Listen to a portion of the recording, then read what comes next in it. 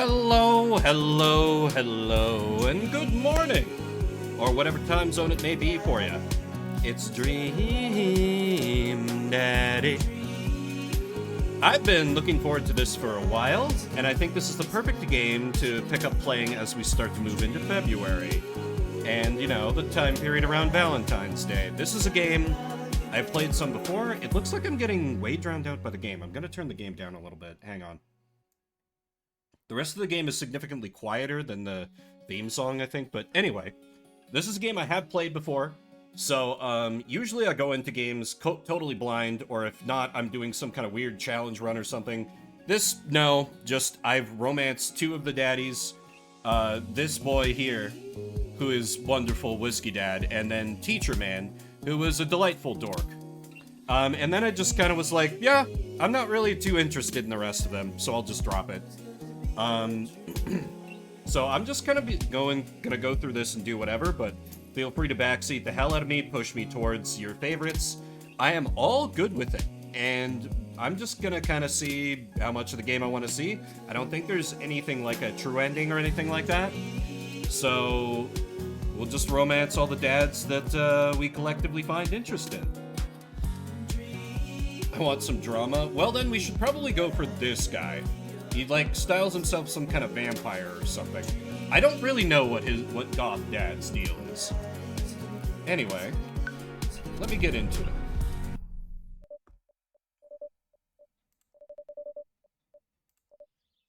Dad. Dad, wake up! Pretend to be dad. Let's start it off with a bad dad joke. I let my tongue roll out of my mouth and stop breathing. Amanda shakes me. Come on, Dad. This hasn't worked on me since I was 6. I'm sorry, Amanda. This is the end for me. Dad, I swear to God. Amanda, I bequeath to you all of my earthly possessions. Spread my ashes over my recliner. Okay, well, your corpse better get into the moving van because it's leaving soon. I finally open my eyes and sit up. I'm lying in the middle of the living room, spooning a moving box. I yawn and stretch. That was my favorite moving box. Morning, Manda Panda. Aww. Yikes, Dad breath. Go brush your teeth. Oh yeah, and one thing that a lot of people... Build that dad. Build that dad. Sorry, I'm still like caffeinating and stuff, so I'm not fully awake and stuff. One thing that a lot of people don't seem to know is that this game was not developed by, but it was bankrolled by the game Grumps. I don't quite understand why, but you know what? God bless them for it.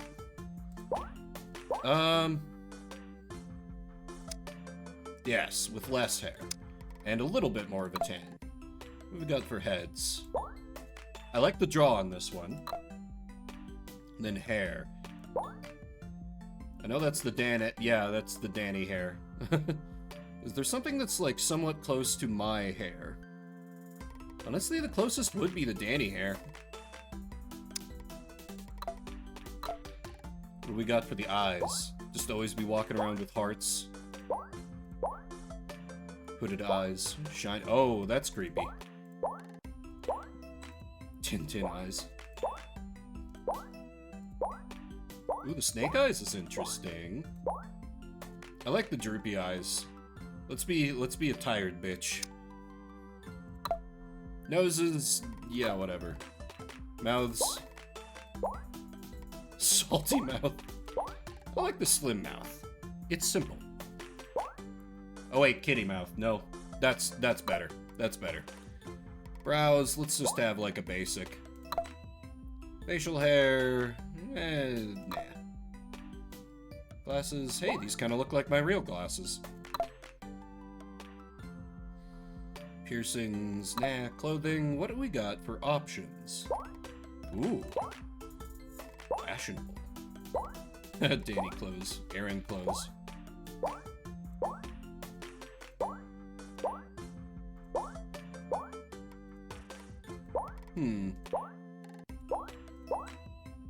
I kind of like this look. It's basic. But, well, honestly, the suit just looks so damn good. I think I gotta go with the suit. I'm feeling the suit. We are going with the suit. Looking good, daddy. Name that dad. Bimbert. What do I go with for a last name?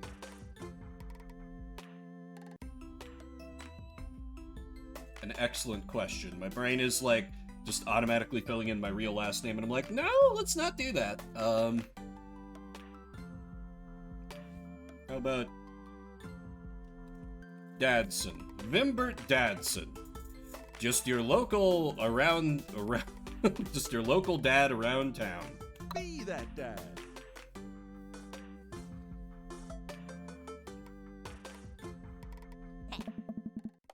Did you fall asleep packing?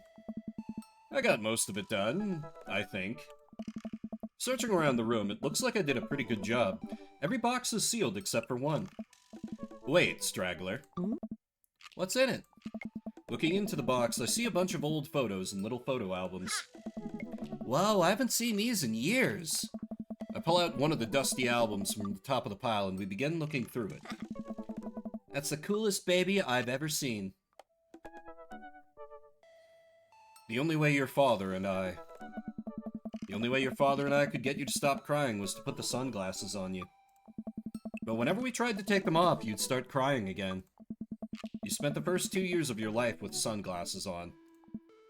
Nice. Halloween when you were maybe 4? Oh my god, that dragon costume. You couldn't decide between being a princess or a dragon, so you went with both. Princess Dragon. A strong choice. Why do I remember crying in that dragon costume? You saw yourself in the mirror and realized you were afraid of dragons. Seeing yourself inside the dragon's mouth was a realization of your greatest fear, I think. Right, yep, definitely repressed that memory. And this was you in your horse phase. Oh no, she had a horse girl phase. Save that photo forever, me. Dad. I believe you named that plush horse Sir Horsington the Brave. I don't think that was his... Amanda lunges for the photo, but I quickly snatch it away and hold it above her head with my superior dad arms. Nice try, but this is important blackmail for later down the road. Exactly. Go ahead and try me. I've seen pictures of you in your ska band. Ouch, kid. The Scommunist Manifesto had a chance back in the day. I look off into the distance and reminisce about that rad horn section. Hey, it's Emma P. No, Dad, that's Emma R. I didn't meet Emma P until high school. Honey, I promise you wholeheartedly that I will never stop mixing those two up. Dad. Emma R's been my best friend since I was 7. Give it, like, a little bit of effort. Oh, right, Emma P was the one who...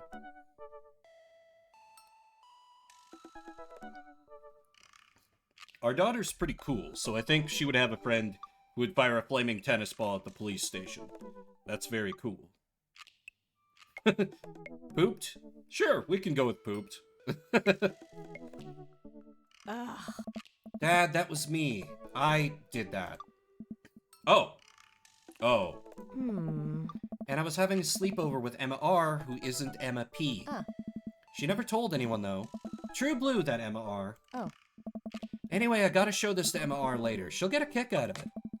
The first photography award you ever won. Yeah, and it got us a $20 gift card to McFridays. Yes. And then you got food poisoning from the cheesy or tostada blasts. I think you mean food poisoning, you know, with a Z. Dad. Still can't drive past McFridays without gagging. Still proud of you, though.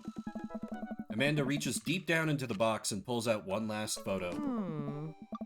Neither of us say a word. We stare at the photo for a long moment. I finally decide to break the silence. Sorry, I'm very coffee this morning. I don't know why. It might be a shorter stream. My throat feels a little questionable today, and I'm not sure why.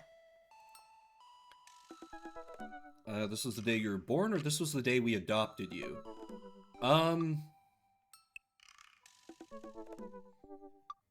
I feel like since I was with her dad, the implications are a little better if I make it just that... Or could have been like a surrogate thing.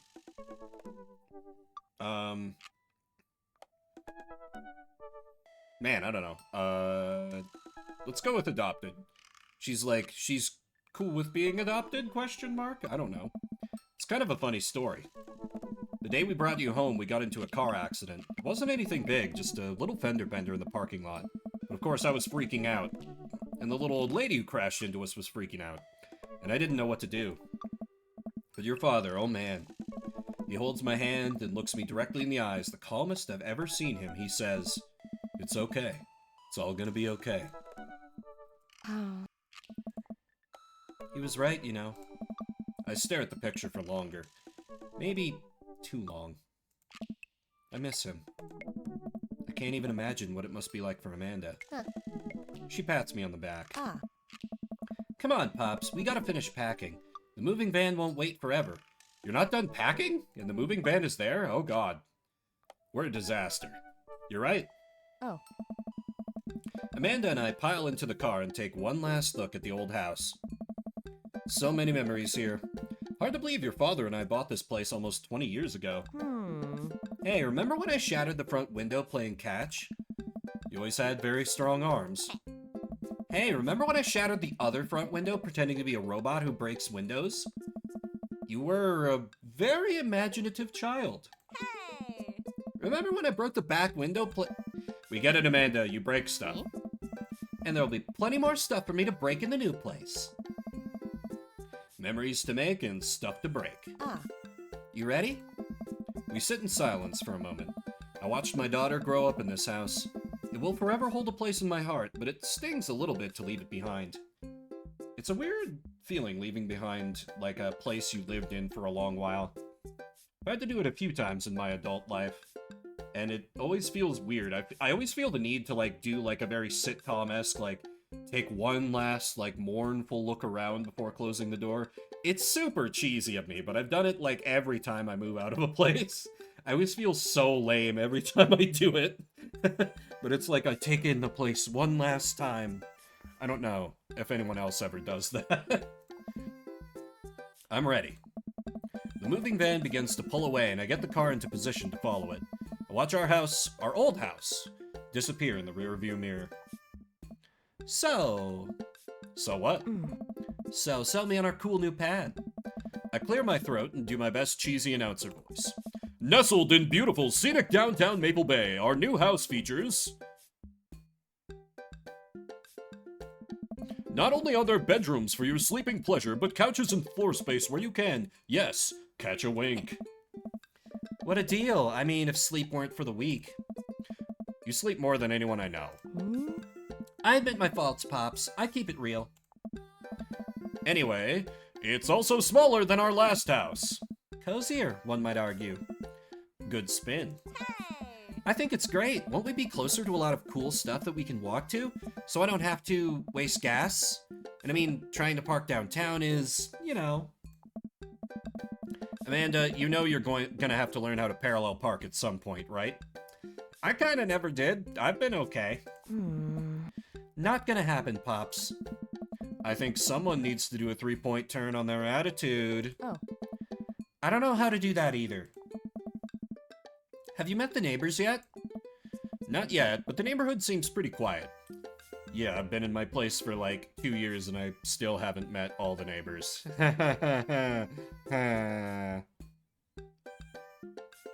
I've met the ones immediately around me, just like, I feel a little bad because, like, my neighbors right across the street I've not met because I live on kind of a busy street, and so there's never just a good opportunity to strike up conversation.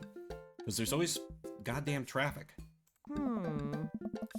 So you won't have to chase any rowdy teens off your lawn?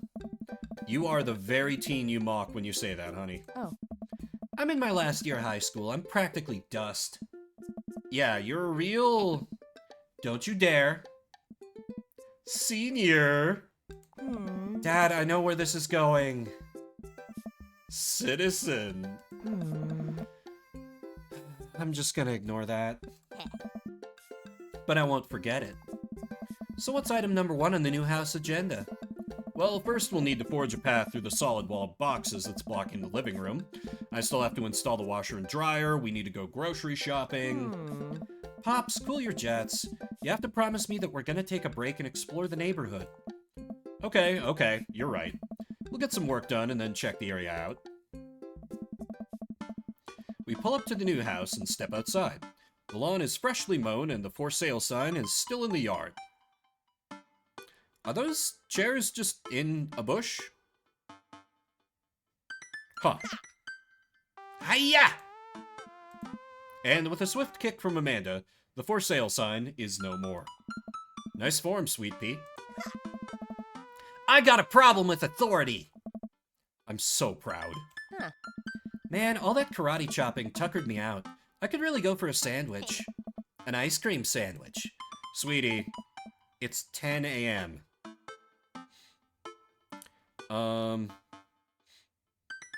Yeah, it's 10 a.m. I need coffee. My god, I'm awake at this unholy hour. I gotta get my hands on an ice hot cup of the old bean juice or I'm gonna be useless all day. I think we passed a coffee shop on the way here.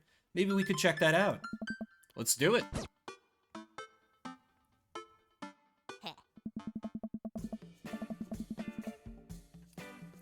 Coffee shops make me wish that I liked coffee. Does that make sense? Like, coffee shops are cool places to just kind of exist in, but I don't like their main product. Ironic. We walk down the street to the Coffee Spoon, a cute little place on the corner. Alright. Man, this is in such convenient walking distance from our place. I mean, I guess. What's wrong? Why would I go somewhere else and drink coffee on a couch when I could just drink better coffee at home on my own couch and not have to make awkward eye contact with other people? At least when I'm home, some random guy isn't gonna come up and sit on the recliner next to me and I won't feel like a little weird about it because technically he's not sitting at my table, but he is very much within my personal zone. Dad. And what's the etiquette when you have a dirty mug? Is there a bin? Do you go set it up on the counter because you don't know where else to put it? Or do you leave it there and feel your face flush hot with shame as you consider the possibility that there is in fact a bin somewhere just out of sight and now you're that jerk who left their mug? Aww. Dad, are you just afraid to meet new people? Yes, Amanda. We walk inside. Relatable. The inside of the coffee shop is incredibly warm and inviting. Vinyl records line the walls and patrons lounge around on well-worn-in couches. Some cool tunes spin on a record player next to a little stage. Welcome to the Coffee Spoon, guys. How's it going? What's with the name? Hey. Oh, it's kind of dumb. It gets mentioned in this poem I like, and I thought it was a good idea at the time, and I suppose now it's still a good idea because, like, the business is still running. But people ask me that question all the time, and I give them the same answer every time, and now I'm standing here rambling, and I'm sure we're all getting more and more uncomfortable the more I keep talking, but man, we're in it now, and I can't stop. Hey. So, what'll it be? Oh. I scan the chalkboard menu and am immediately overwhelmed. I'll have a... Godspeed You Black Coffee, Iced Tegan and Sarah, Chai Antword? Some chai sounds really nice. I wish I had some chai right now. I have the remnants of a cup of tea next to me, but it's rapidly becoming cold. Yeah, let's have a chai Antword. Hey. Spicy. Ooh, you liked that. I don't get it. Oh, it's a pun. Die Antwoord is a South African rap group. They're pretty well known for their, evocative imagery and hyper-stylized music videos. Their music is catchy as it is disturbing. Hey. I'm doing the thing again. Hey. But, coming right up. And for you? I'll have a macchiato DeMarco, please. Hey. Coming right up. Do you want that in small, medium, or biggie smalls? Medium. Ah. Wait, is Biggie Smalls big or small? I should change that, shouldn't I? Why didn't I like this guy up front? Matt is great. Matt sets to making our drinks, and Amanda and I take a seat on one of the couches. What's his deal? Let the man make his puns. They're cooler bands than you listen to anyway. Hey! Ska was cool once. This couch is actually pretty comfy. Maybe not comfier than our couch, but it's alright.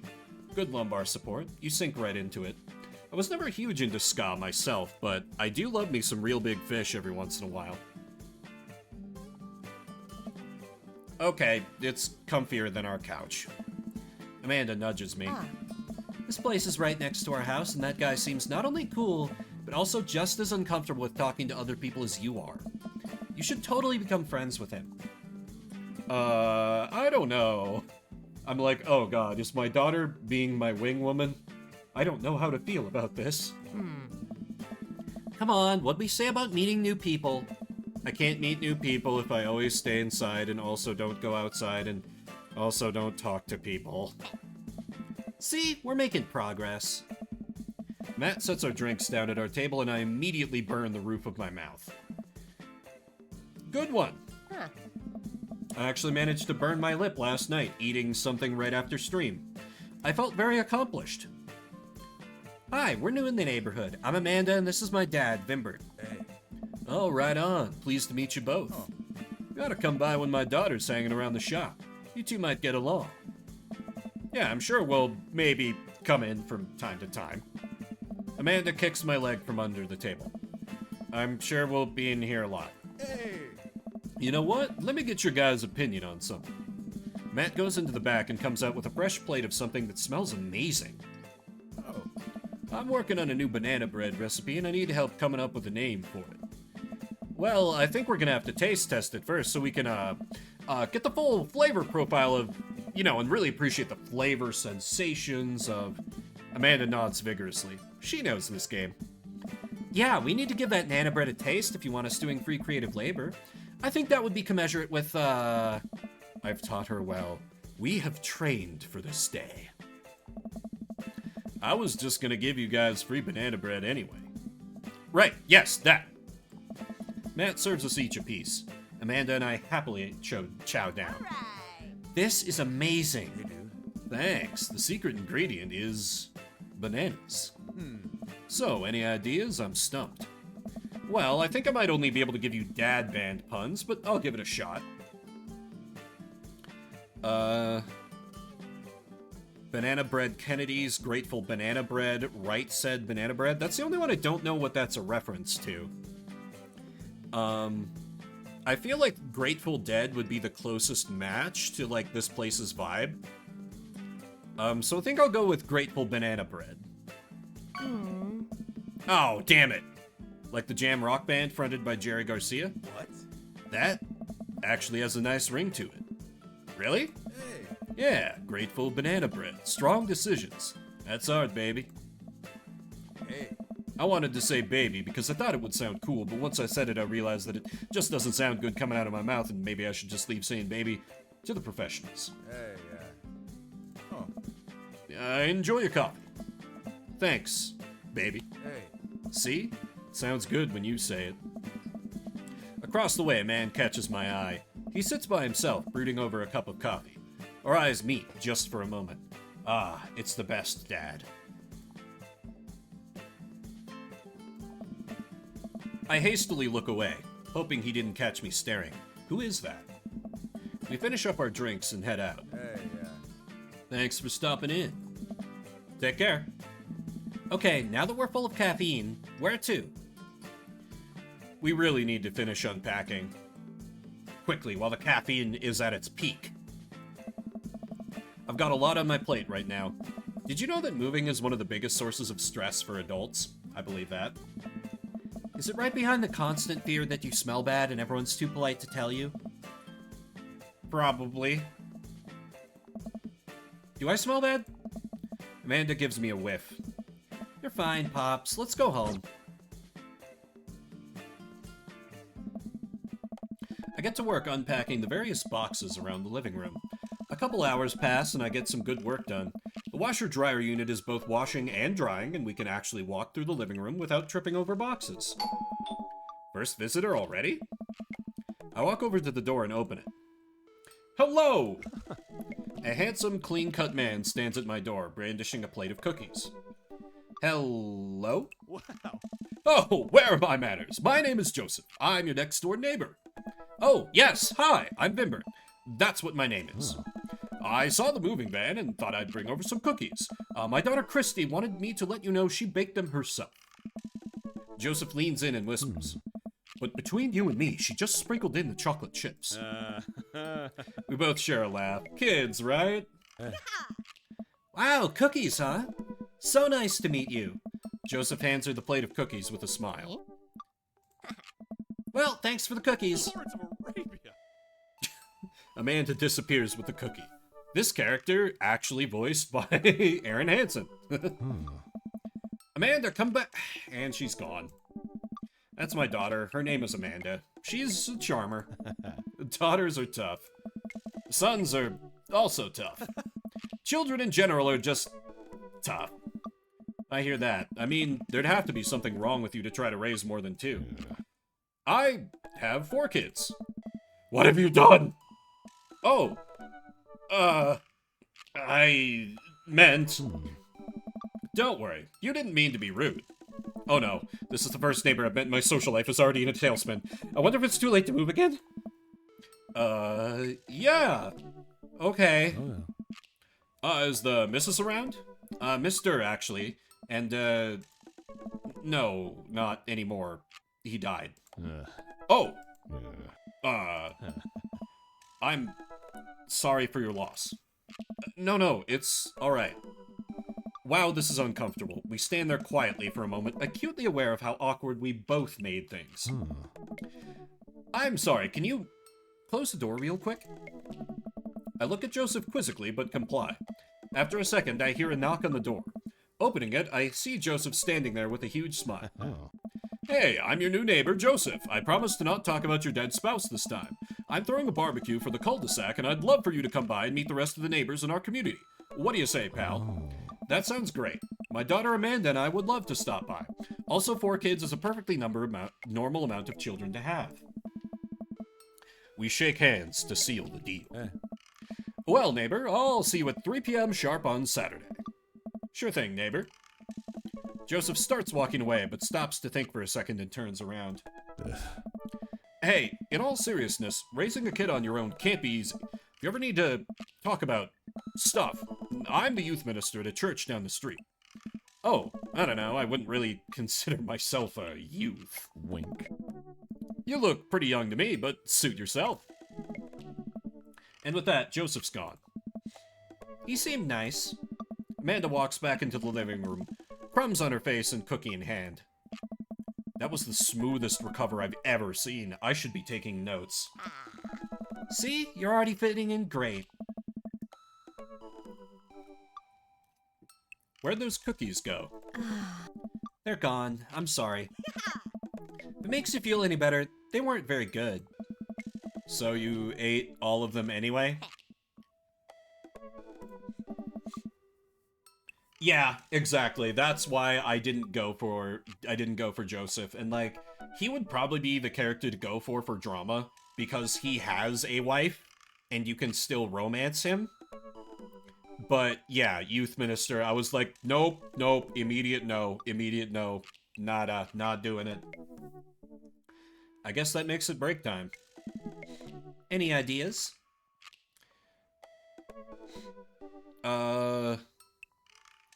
We can give Joseph his plate back at the barbecue. Let's just get some fresh air. Let's hit that park down the road. I saw a ton of dogs there when we drove past. Okay, will you help me steal a dog? For the last time, I can't fit a dog into the pockets of my cargo shorts. It's physically impossible. You're breaking my heart, Pops.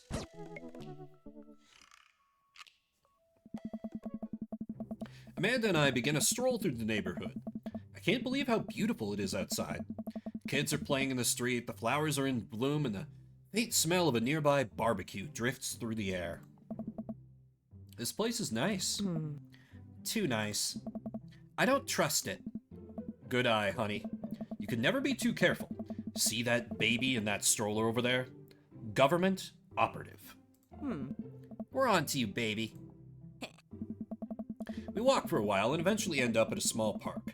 Toddlers chase each other through the playground and dogs of all shapes and sizes romp through the grass. It's pretty crowded, but Amanda spots a nice empty bench. We start to make our way over to it when... Heads up! Hey.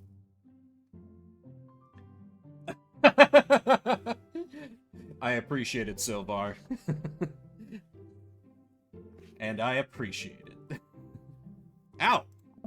A frisbee suddenly hits me in the face. Oh!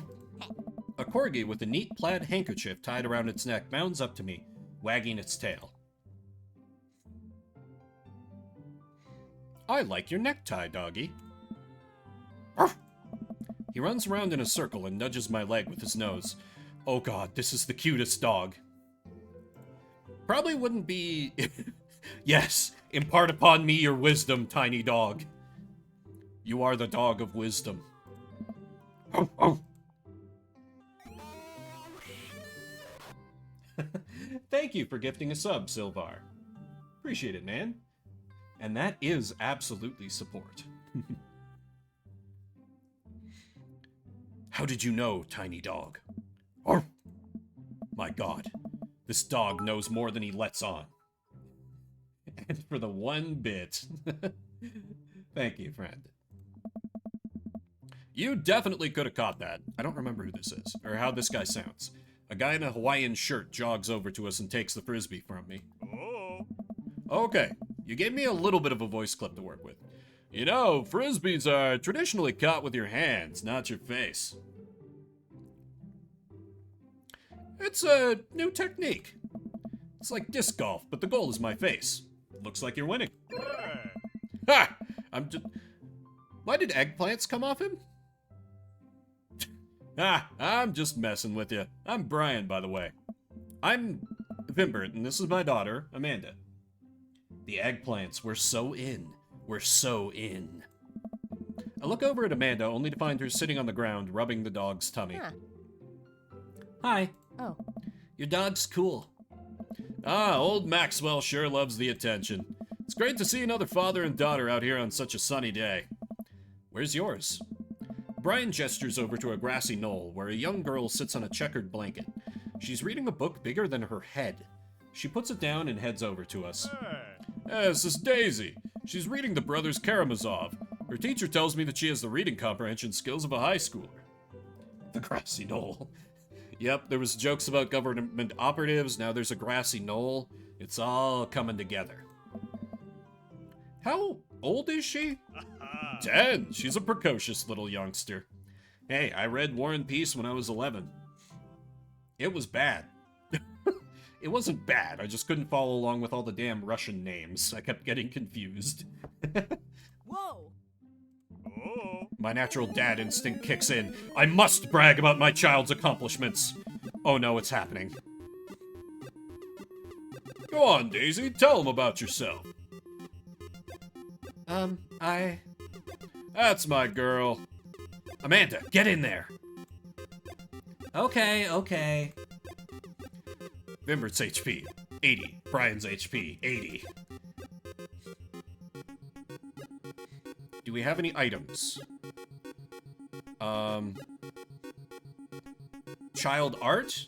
Amanda's an artist, so this might work. Yeah, I was a voracious reader back in those days. Less so now. Mostly it's just visual novels. You unfurl your wallet to reveal a tiny copy of a drawing of a cornucopia Amanda did in the first grade. Cute! It isn't very impressive, but Amanda genuinely appreciates you holding on to it. Brian loses 10 HP. You regain 20 HP. Daisy just started a weekly chess club at her elementary school computer lab. She's the president too, of course.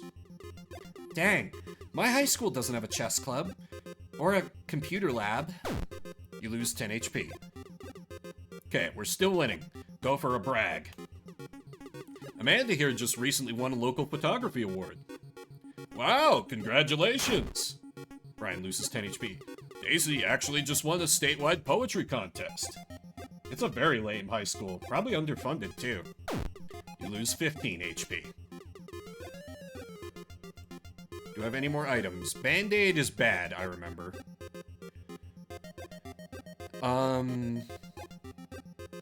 Grade card? Question mark? You pull a wrinkled copy of Amanda's last grade card out of your back pocket.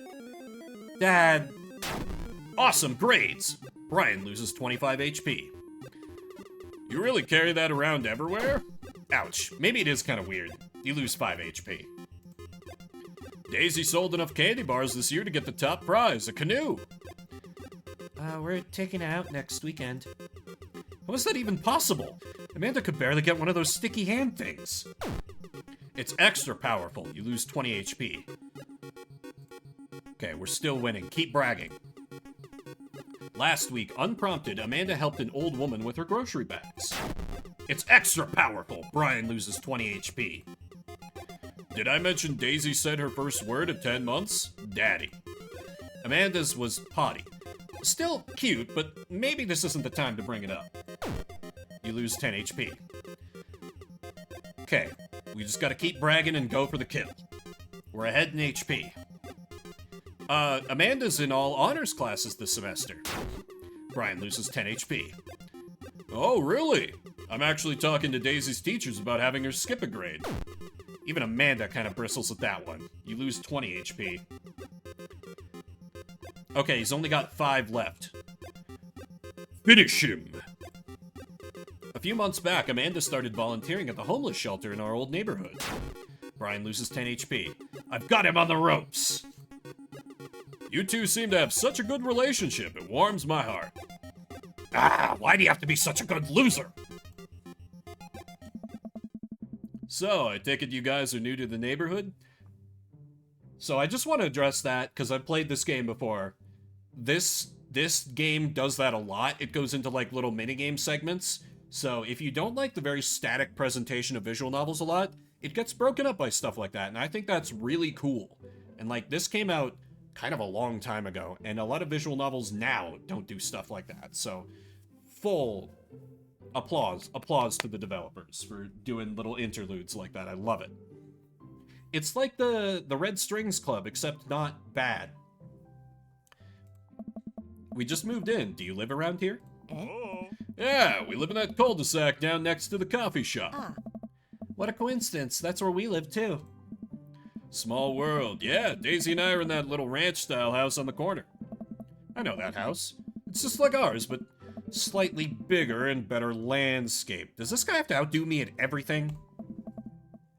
What a lovely place.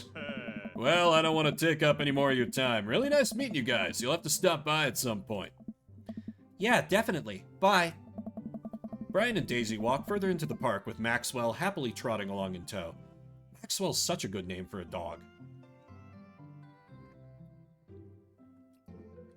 Maxwell's just a great name in general, I think. Do you get the feeling that he was trying to one-up us? Trying and succeeding. I can't believe that kid's only 10. What was I even doing at her age? I believe you had a bit of a thing for horses. Shame that didn't pan out. Could have majored in comparative horse studies. It's not too late to minor in horse creative writing. Yeah. Too close to the truth, Dad. Aww. Let us never again speak of the fantastic adventures of Sir Horsington the Brave, an epic in 7 parts by Amanda Dadson. We laugh off the horse epic and walk around the park a bit more, enjoying the day. And now, nap time. All this sunlight is making me real tired. I don't think I got enough sleep last night. Relatable. You slept for 14 hours. Not relatable. Exactly. What am I, a cat? As we're walking home, I hear heavy footsteps come up behind us. Vimbert, bro! I turn around and am greeted by a familiar face jogging up to us. Craig? Oh. Bro. Bro! Holy... Wow! I haven't seen Craig in forever. It's been too long, dude. Yeah, wow, you look great. Bro. Haha, yeah, I cleaned up my act. Cleaned up his act? Are you kidding me? He's ripped. Amanda, this is my friend Craig. We went to college together. We were roommates for a while, too. Oh my god, they were roommates. Amanda, dude, you probably don't remember me, but you're so big now. Hello, and hello, cute baby. Aw, thank you. The last time I saw you, I think you were about her size. This is River. Say hi, River. He picks up her tiny wrist and waves it around. River gurgles happily. Are you babysitting? Nah, dude, River's my kid. Man, it has been a long time. Feels like 1 minute we're rolling up to exams with bad hangovers, and the next we're both fathers. Where you been, man? Nice. I was working out in California and just relocated the business back to Maple Bay. No kidding. Amanda and I just moved to this side of town. How's Smashly doing? I don't know. I mean, Ashley. Ashley is her name. Smashly. I don't know. She actually still goes by Smashly, and, we got divorced last year. Oh, dude. I'm so sorry. Oh. It's old news. We take turns taking care of River and the twins. It's all copacetic. Twins? You have 3 kids? Ain't life something, bro, right? Keg Stand Craig is a father of 3. Keg Stand Craig? Oh, yeah, it was my old college nickname. He got it because he did a lot of keg stands. It's that thing where you do a handstand on a keg and then drink from the keg. Right. He was very good at it. Bro. I hate to be that guy, but I'm in the middle of my daily jog and I really gotta keep up my heart rate. Brought River along for, resistance training. Wow, who would have guessed, right? I'm so glad that mystery was solved. This is why the game is so excellent, because it addresses those mysteries. You jog daily? I jog yearly on January 1st. When I promised myself that I'm gonna jog daily for the rest of the year, but give up after 30 minutes and just walk home. Oh. Well, it's never too late to get back into it, dude. You should join me sometime. I don't know. Nice. Come on, it'd be fun. We could grab breakfast afterwards, catch up. We could do a bro brunch like the good old days. Alright, sure. Sounds great. Great, let's get that going soon. I better get moving. Good to see you guys. Craig gives a little wave, puts his earbuds back in, of course he has earbuds, and jogs off. Damn, he's ruining it. What, with the earbuds? I can't believe Craig is ripped and has kids. I'm reeling. Why is that? The Craig I knew is not fit to be responsible for any living thing, including and especially himself. One time I watched him drink an entire jar of marinara sauce for dinner. Nobody wants an athlete pusher. I don't know, I think it could be nice to, have someone encouraging you to, be healthy and be fit. I think that could be an okay dynamic. Amanda, he opened up a new jar of marinara sauce and then drank it like it was a thing that normal people do. It was unholy. And then I asked him what the hell he was doing, and he said, and I quote, "Oh, it's basically a smoothie, bro." Yeah. I mean, technically, he's not wrong. He jogs! He was jogging! Huh. He's like a totally different person. Anyway, we better get home. I'll have plenty of time to reflect on how old I feel later. Amanda and I flop down onto the couch. Amanda has to shove some empty boxes out of the way before she can sit. Oh. Too bad we're gonna be putting my stuff right back into these boxes in a few months. No, don't say that. Dad, it's gonna be okay. I'll be fine. I know. It's just...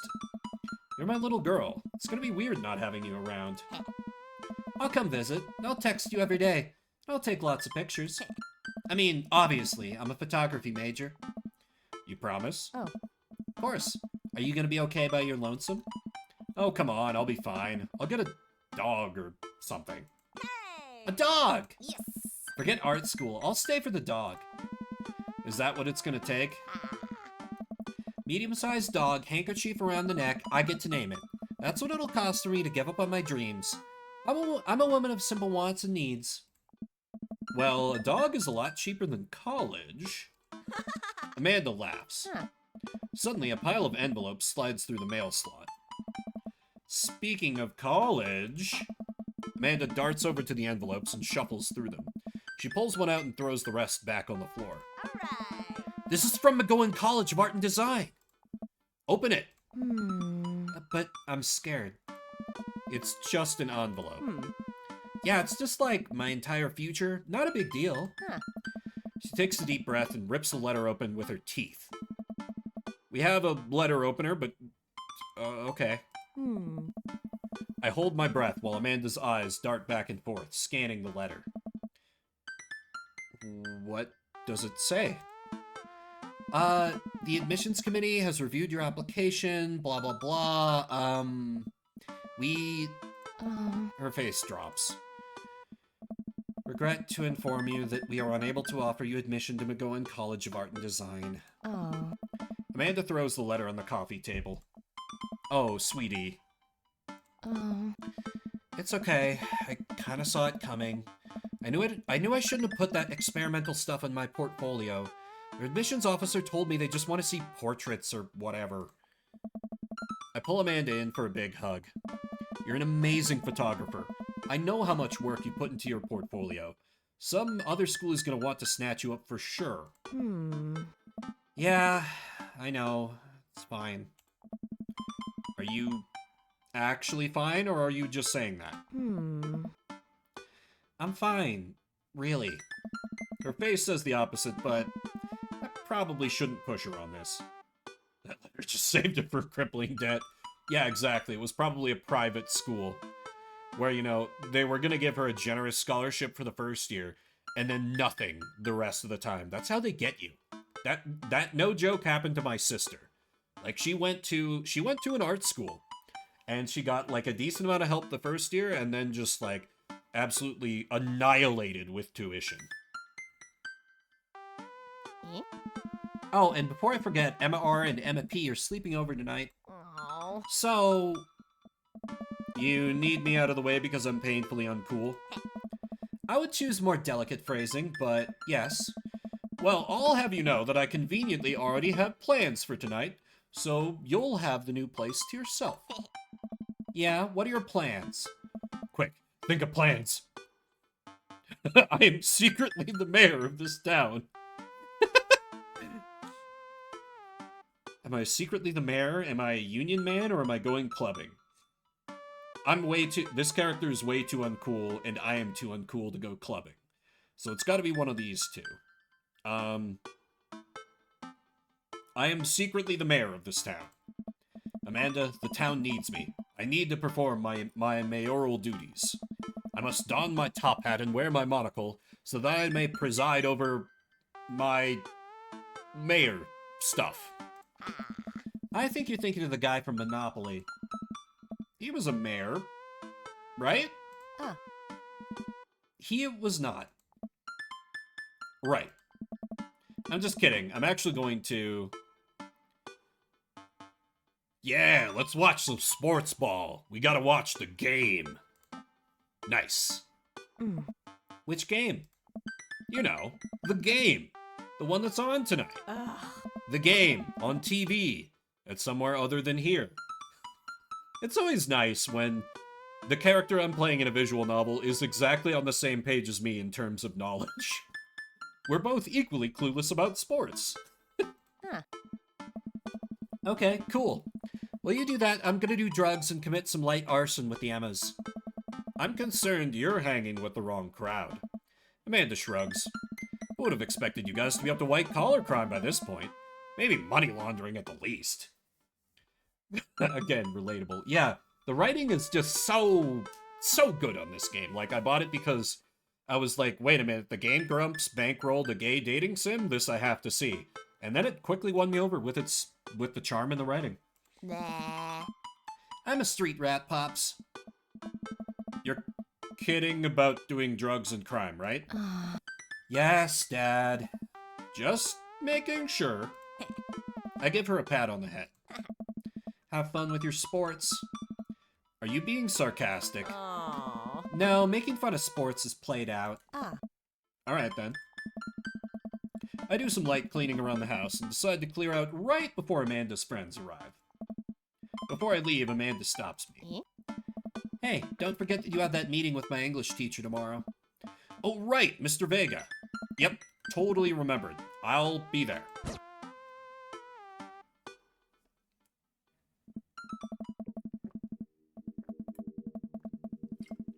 Wow, I guess I really didn't think this plan through.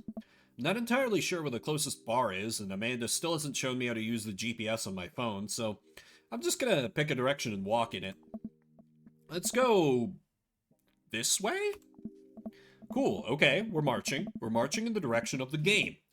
Any game, really. In the distance, could it be...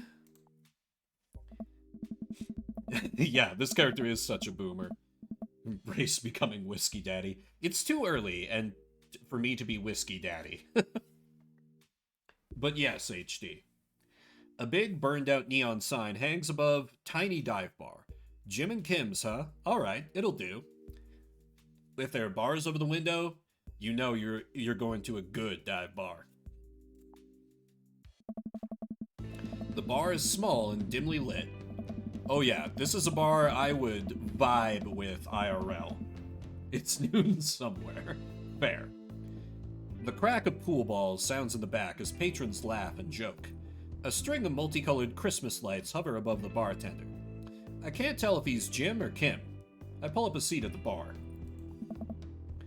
What'll it be? One beer, please. Sure thing, boss. The bartender slides me an ice-cold beer. I take a sip and enjoy the refreshing taste. Say, are you Jim or Kim? Neil.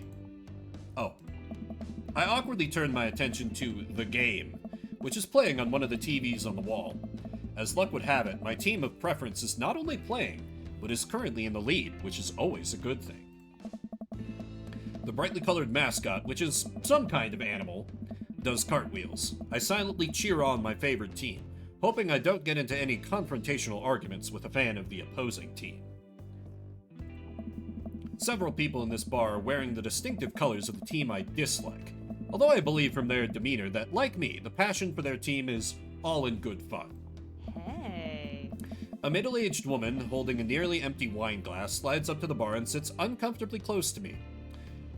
That cross will repel me as much as it'll repel any vampire, lady. Move on. Hey, sailor. Oh, hello. Good to see fresh meat in here. I'm Mary. Come here often? Oh, no, I actually just moved to this part of town today. I'm Vimbert, by the way. It's 5 o'clock in Barcelona. I mean, if it's 5 o'clock in Barcelona, then... Ah. Are you watching the game? Yeah, my preferred team is in the lead. If they keep this up, they'll win the game with ease. Hey. Oh, I love that team, and I also love that game. I love someone who knows their way around balls. I'm getting the impression that she's a little drunk. Ah. Buy a gal a drink. Do we dive into disaster, or do we not, chat? What do you think? Just love them balls.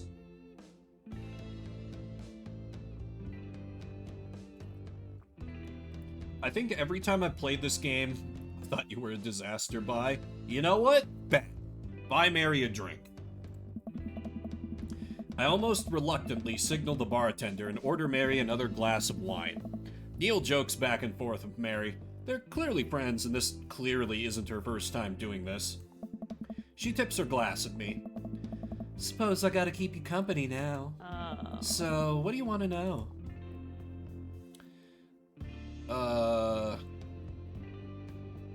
What's the latest gossip around here? What's the news around the town? You came to the right broad. I'm an observer. I watch people. I see everything, know everyone. Nothing gets past me. So... So what? I thought you were gonna... Ah. I forgot what we were talking about. About the gossip? You said nothing gets past you? Oh, right. I'm also a steel trap. Confidential to a fault. So, what else can you tell me about this part of town? It's Ah. quiet, that's for sure. If you want an idyllic little life with white picket fences, this is the place to do it, but every town has its secrets, you know. She takes a sip of her drink. That was a little too ominous for my taste. She leans closer. Hey. Would you like to learn some of my secrets? Oh boy. Ah, maybe some other time. Come on. Suit yourself, sailor. Mary saunters off, setting her sights on the newest bar patron to enter. She's like, I'm almost done with this glass of wine. Mommy needs another. I happily watch the game over another beer. The game has gotten close in terms of points. A little too close in what I'm comfortable with. No! Kick many hockey goals, team! After a particularly skilled player scores a number of points for the other team, putting them in the lead, I hear an affirmative grunt from another man at the bar. Go team. It's the brooding man from the Coffee Spoon. He sits alone, sipping whiskey and watching the game as well. Enjoying the game? I am now that we're winning. Oh, we must be rooting for different teams. In my opinion, my team is far superior. I have to disagree with that. Based upon our win-loss record, I'd say that my team is superior. That's where you're wrong, since as it stands right now, my team is beating yours. The conversation ends there, and we both go back to silently rooting for a respective team.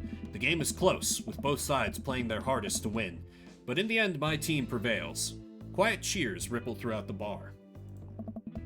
I raise a respectful glass at the man drinking whiskey. He raises his in response. An unspoken truce is formed between us based on mutual love for the game. He motions to the bartender, who pours 2 glasses of whiskey. The man slides one over to me. Name's Robert. Thanks, I'm Vimber. Hey. You must be new here. Maria already hit on you? Yeah. Robert chuckles. Oh. She's a peach. Well, you picked the best bar in town. Slimy as it is, you'll never find a better spot than Jim and Kim's. No bar fight. Just good-natured fun over the game. Is there actually a Jim or Kim that runs this place? No, that'd be Neil. Neil waves from across the bar. Oh. Good guy, Neil. Not enough Neils in this world. Okay. You a whiskey fella or a beer fella? Beer, but I'll drink most things. You like shots? Ooh, shots fired. I don't like him. No. I like shots. I prefer to do more like a sippin' whiskey, but every once in a while a shot is fine. I like shots. Thank you. Robert nods to Neil, who serves up 2 shots of whiskey. He hands one to me. Here's to your health. We take the shots. The whiskey burns going down, but I try my hardest to look tough. Hey. Wait, I think this is what making friends is. Okay, Vimbert, this guy's out of my friend league, but I think if I play my cards right, we'll be pals in no time.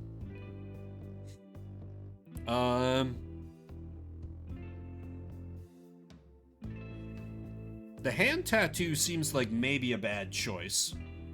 The cool leather jacket is probably safe. Rugged good looks might be going a little too fast. I'll go for the cool leather jacket. I like your jacket. Thanks. Been in my family a long time, passed down from firstborn to firstborn. Cursed, some would say. Man, this guy's mysterious and cool. Oh. Way cooler than I am, at least. Yeah, I 100% went for this guy first when I played this game many years ago. Robert signals to the bartender for another round. What are you doing here tonight?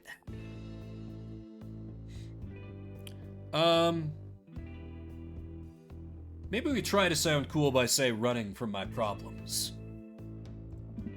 The usual. I like your style. He gets up. Be right back, gotta powder my nose. Never seen Robert this talkative. He must like you. Ha, I guess so. He is cool, but weren't we fake sport fans? Yeah, but we were fake sports fans together. I can be a little bit of a poser if it means I can I can punch above my weight. I'm not above faking it to make it. I gotta admit that Robert has a gruff charm to him. If a guy like that thinks I'm cool, then I really must be. Robert comes back from the bathroom and grabs his leather jacket. Oh. I'm gonna go home. You heading my way? Robert and I leave the bar and find ourselves walking in the same direction. Ah. I live in this cul-de-sac down the way. Does everybody live there? Me too. We just finished unpacking today. Hey. Great place to be. Good neighbors. Well, some of them. Who's that? We get to Robert's house, which is just a few houses away from mine. We stop and he turns to me. I don't kiss and tell, Vimbert. So are we doing this or what? What? Hey. You know, do you want to come inside or not? A wave of realization rushes over me. I blush.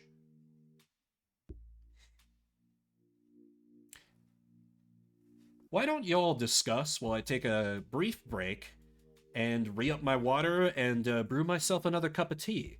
I'll be back in a few minutes. Do we go for this already? Or do we hold out? I will say, I've done his route before. I don't think this locks us in. But I have no problems doing his route again because I fucking love Robert. Straight panic. Don't worry, don't worry. It's just a fade to black silver. It will not burn your delicate heterosexual eyes. Anyway, be back in a bit.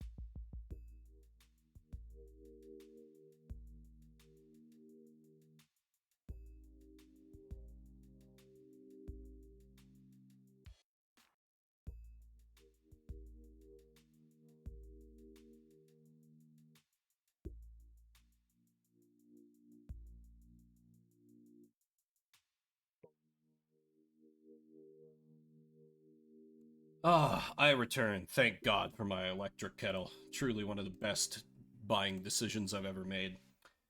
To go with its James Dean wannabe, there's going to be a round of antibiotics in our future. You know what? You know what? That's a fair point, Silvar. You know what? We can be pals with this guy. We can, like, catch the game sometimes, but yeah, you know what? It's a fair point. We need to set a good example for Amanda. No thanks, Robert. You're cool, but nah. Much as it breaks my heart inside. I'd better call it a night. Catch you around? Mm-hmm. Sure. Also, calling him a James Dean wannabe is great. I head home, head buzzing with whiskey. What did he mean by, are we gonna do this or not? I plop down on the couch and I'm asleep before I even get the chance to take my shoes off. Come on, you know what he meant. I wake up to a text from an unknown number. Rise and shine, early birds. Still want to work out? This is Craig, BTW. Holy crap, it's 6 a.m.? Who does 6 a.m. anymore? Without realizing it, I drift back to sleep. Whoops, must have winked back out. I checked my phone again. Hey, bud, still want to get your swole on? Ready to tear up the track? Hit me up. God, the last thing I want to do right now is work out, but it is Craig. I do want to catch up. You know what? We're gonna be on this whole, like, set a good example for daughters, so let's get up early and head to the gym. Physical fitness is important. Oh no. We made a promise, gotta do it. Yep, exactly. Exactly. You said to get your swole on. Craig is insufferable. You know what? Maybe he'll grow on us. Maybe he'll grow on us. Hey, my man, I need a few minutes to wake up, but let's meet in 20. After a few seconds, another text comes in. Sure thing, meet me at the gym. I stretch and my bones creak. I gotta stop falling asleep on the couch. I throw up my blanket and... Hey, wait, I don't remember falling asleep with a blanket. Amanda must have tucked me in after I fell asleep. Bless that child. I reluctantly brush my teeth, throw on the only clothes I own that are even kind of gym appropriate, and head out. The neighborhood is quiet and serene this early in the morning. Birds chirp and the grass is still wet with dew. Surprisingly, the gym is pretty crowded. I spot Craig standing out front, stretching. Of course, he spots me and waves enthusiastically. Main character's super relatable. I love the main character of this game. He's probably like the second best protag of the visual novel that I've ever played. Hey bro, good morning. Hey, good to see you, man. I'm definitely not as pumped up as he is. Maybe I should have had some coffee before I left. You ready to kick some butt? Help! Help!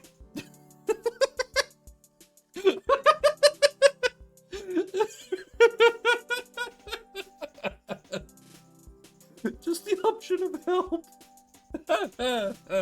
Yeah, I can't not. I can't not.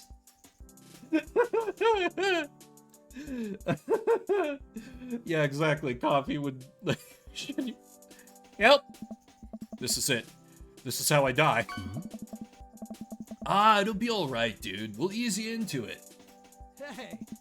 We head into the gym, and I'm immediately intimidated. All these people look like they could break me in half, and it seems like Craig is friends with all of them? Oh. He high-fives and finger guns all the cool jocks in the room. They look like they could, and would, steal my lunch money to spend on protein shakes. Come on, bud, let's warm up. We head over to the treadmills and start walking. Okay, I can walk. Walking is good. This is a decent place to be. Walking. So, I know we are on treadmills. Oh. Yeah. And those over there are ellipticals. Oh. Very good. What is all this other stuff? Craig laughs. Hey. They might look a little scary, but I guarantee that all of them serve a specific purpose for building muscle mass. I watch as a dude in a muscle tee flexes a muscle I didn't know existed on a machine I think was once used to process grain into flour. What is that? Why is that guy doing that to himself? That's a good question, bro. What do you think he's doing? praying to some sort of pain god. Ooh, crush people's skulls with his thighs. An admirable goal. He's trying to make his thighs so strong that he could crush people's skulls with them. Dude! Yeah, that's pretty much the only reason I work out. Oh. You don't say. Oh no, Craig is turning up the speed. I better do the same. Oh, we got eggplants. We got eggplants. We're in. How long have you been doing the buff thing? Nice. Couple of years. And what do you do when you're not dadding or working or buffing? Oh. Oh, I coach my twins' softball team. That still counts as both dadding and buffing. Ah, I keep busy. What do you do for fun? I love learning. Close to a Jimmy Buffett song as possible. I check out my... All these options are bad. All these options are bad. But it is Craig, so that makes sense. Try to live my life as close to a Jimmy Buffett song as possible, I guess. The goal is to live with as few worries as I can muster. The last shaker of salt was a metaphor. A metaphor about what? About not being able to shake salt onto something. We're jogging now. Oh god, we're jogging now. I look over to Craig, who hasn't even broken a sweat. How is he doing this so effortlessly? I'm dying. I can feel my life force draining through every orifice of my body. Hey, remember when my fish died in college? No, I don't like this story. Oh my god, is he really bumping up the speed again? I guess I better do it too. Oh, this is fast. This is very fast. And we were at that party, and you vowed to make me feel better? You tell me to create a distraction, so of course I do a sick keg stand and get everyone cheering. And then I try to steal fish from a fish tank at the party with my bare hands. Like an idiot. Hey! And then you drop the fish and it's flopping around and you panic. So you run up to me post-keg stand with a dying, dirty fish in your hands. You scoop off of the ground and you're yelling at me that we have to leave. Hey! So we're running out of a frat party with a fish and trying to give it mouth-to-mouth resuscitation. We get him home and get him into a bowl of water, but the prognosis was grim. And the next day he's alive and well. Hey! They never did catch the great fish thieves of Grand Ridge U. And they never will. I shoot off the end of the treadmill and crash into the wall. Jesus, that hurts. Dude! Bro, are you okay? Craig offers me a hand and looks me over for injuries. I'm fantastic. You stole someone's pet. You are a bad person. Hey, like we were saying, he's relatable. He's a bad person. He'd just like me for real. I managed to stand up and rub my back. Doesn't hurt now, but I'm sure it will later. Oh. You don't have to push yourself like that. Always know your limits. Well, I think I might call our gym adventure here. You sure? Yeah. Oh. Alright, well, here, I brought you this. Craig hands me a shaker bottle full of a thick green liquid. I stare at it with what must be apparent distaste. It's a protein shake, bro. Oh, thank you. He wants me to drink it. Oh boy, here goes. I take a small sip. It's actually delicious. Wow, this is really good. Bro! And good for you. It's my special recipe. I'm pretty proud of it. Dude! Let me know if you ever want to work out again. Maybe we can try running around the neighborhood if treadmills aren't your speed. No pun intended, bro. Good one. Well, I'm gonna go put some ice on this everything. I'll see you around. Don't think I will. Some Chinese chemicals in it that haven't been outlawed yet. 100%. 100%. I leave the gym feeling ashamed. Craig used to order delivery from the pizza place across the street from our dorm, and now he can run circles around me, literally. Man, I really gotta work on this dad bod. Hope you like being the bottom with this guy. I mean, I get home and lie down on the couch. It hurts to move. Oh god, I'm so old. Oh no, I must have fallen asleep. What time is it? Shoot! It's 3:55. I'm supposed to be at Amanda's school in 5 minutes. I frantically put on some clean clothes, apply a generous amount of deodorant, and run out the door. I arrive at Amanda's school and check in at the front desk. They give me a bright orange visitor sticker and send me on my way. I'm barely awake and feeling pretty haggard, but hopefully nobody will notice. I check my watch and I'm relieved to see that I'm only 2 minutes late. Wait, was it room 103 or 108? I spot a youth standing at his locker and approach him for help. We can fix him. No, this is my preferred way to play the we can fix her games. We can make her worse. Except him, in this case, obviously. Also, like, God, I would have so much anxiety being 2 minutes late. Like, you guys know, if I'm 1 minute late for stream, I'm like, hey, sorry. Like, it's the theater kid in me. Early is on time is late. Late is you will die a painful death. Excuse me, do you know where Mr. Vega's classroom is? The youth turns around and looks me up and down with heavily lined eyes. This is the kind of boy I would have been into in high school. Come on, kid, I'm late for a meeting. Mr. who? Mr. Vega. I don't know, have you tried the exit? Okay, wise guy, are you gonna help me or not? Fine, up those stairs and to the left, can't miss him. I head up the stairs and walk around, unable to find Mr. Vega's class anywhere. After a couple minutes of searching, I head back downstairs. That punk youth sent me on a wild goose chase. I get back to where that low-rent Gerard Way is standing, fully ready to give him a piece of my mind, when suddenly a head pops out of the classroom next to his locker. Oh. Lucian, don't you have a third period to get to? Fine, Mr. Vega. Wow. Now I'm officially 10 minutes late. I glare at him as he walks away. We're not cool. Oh. You must be Vimber. This period's almost over. Would you mind waiting in the back? Oh. Mr. Vega leads me in, and I take a seat in one of the comically small students' desks in the back. I might get stuck in this. Oh. Alright, where were we? Now, who can tell me about the unreliability of the narrator in J.D. Salinger's Catcher in the Rye? Yes, Colin? Colin stands up and does the thing where he blows into the crook of his elbow to make a fart noise. Ah, public school. So many memories. The whole class erupts in laughter. All right, everybody. Very funny. Colin, please sit down. Oh. Now, Holden Caulfield is an unreliable narrator in the sense that the bell for the end of the period rings. All the students immediately get up and make a break for the door. Sweet manchego. Remember to do the reading and answer the response questions on page 194 in your textbook. Nobody's listening. Or not, I guess. Mr. Vega turns to me and sighs. Oh. A middle schooler's, right? Never had someone answer the teacher with fart noises.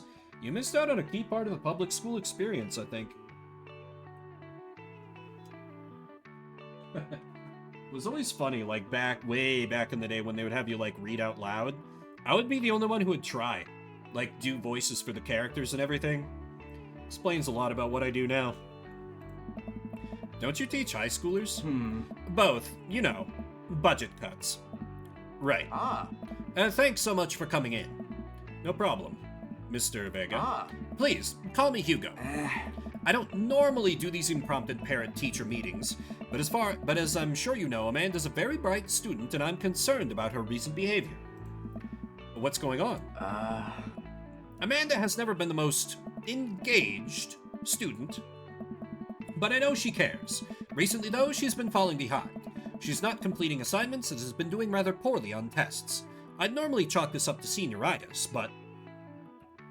I mean, I feel like it's just kind of a meme to dog on public school. Like, mine were just not great because I went to school in the middle of nowhere. I went from a public school in a city of 2,000 people to a public school in a city of 1,300 people. And that was the sum total of my public school experience, so... No funding for these schools, crap teachers that lived in the middle of nowhere. Well, some were cool. It didn't help. This is strange. I thought Amanda always shared everything with me. It hadn't even crossed my mind that something might be wrong. Hmm. I just wanted to ask, is everything okay at home?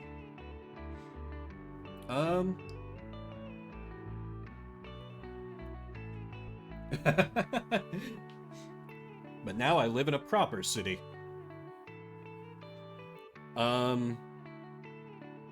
Like, on my interview for my last job, I told them that I had, like, you know, that I always lived in small towns growing up, so I had that work ethic, and they questioned me, like, so this part of, like, your personal mythology, Mr. Vimbert, is that you come from a small town, but, you know, how small is small?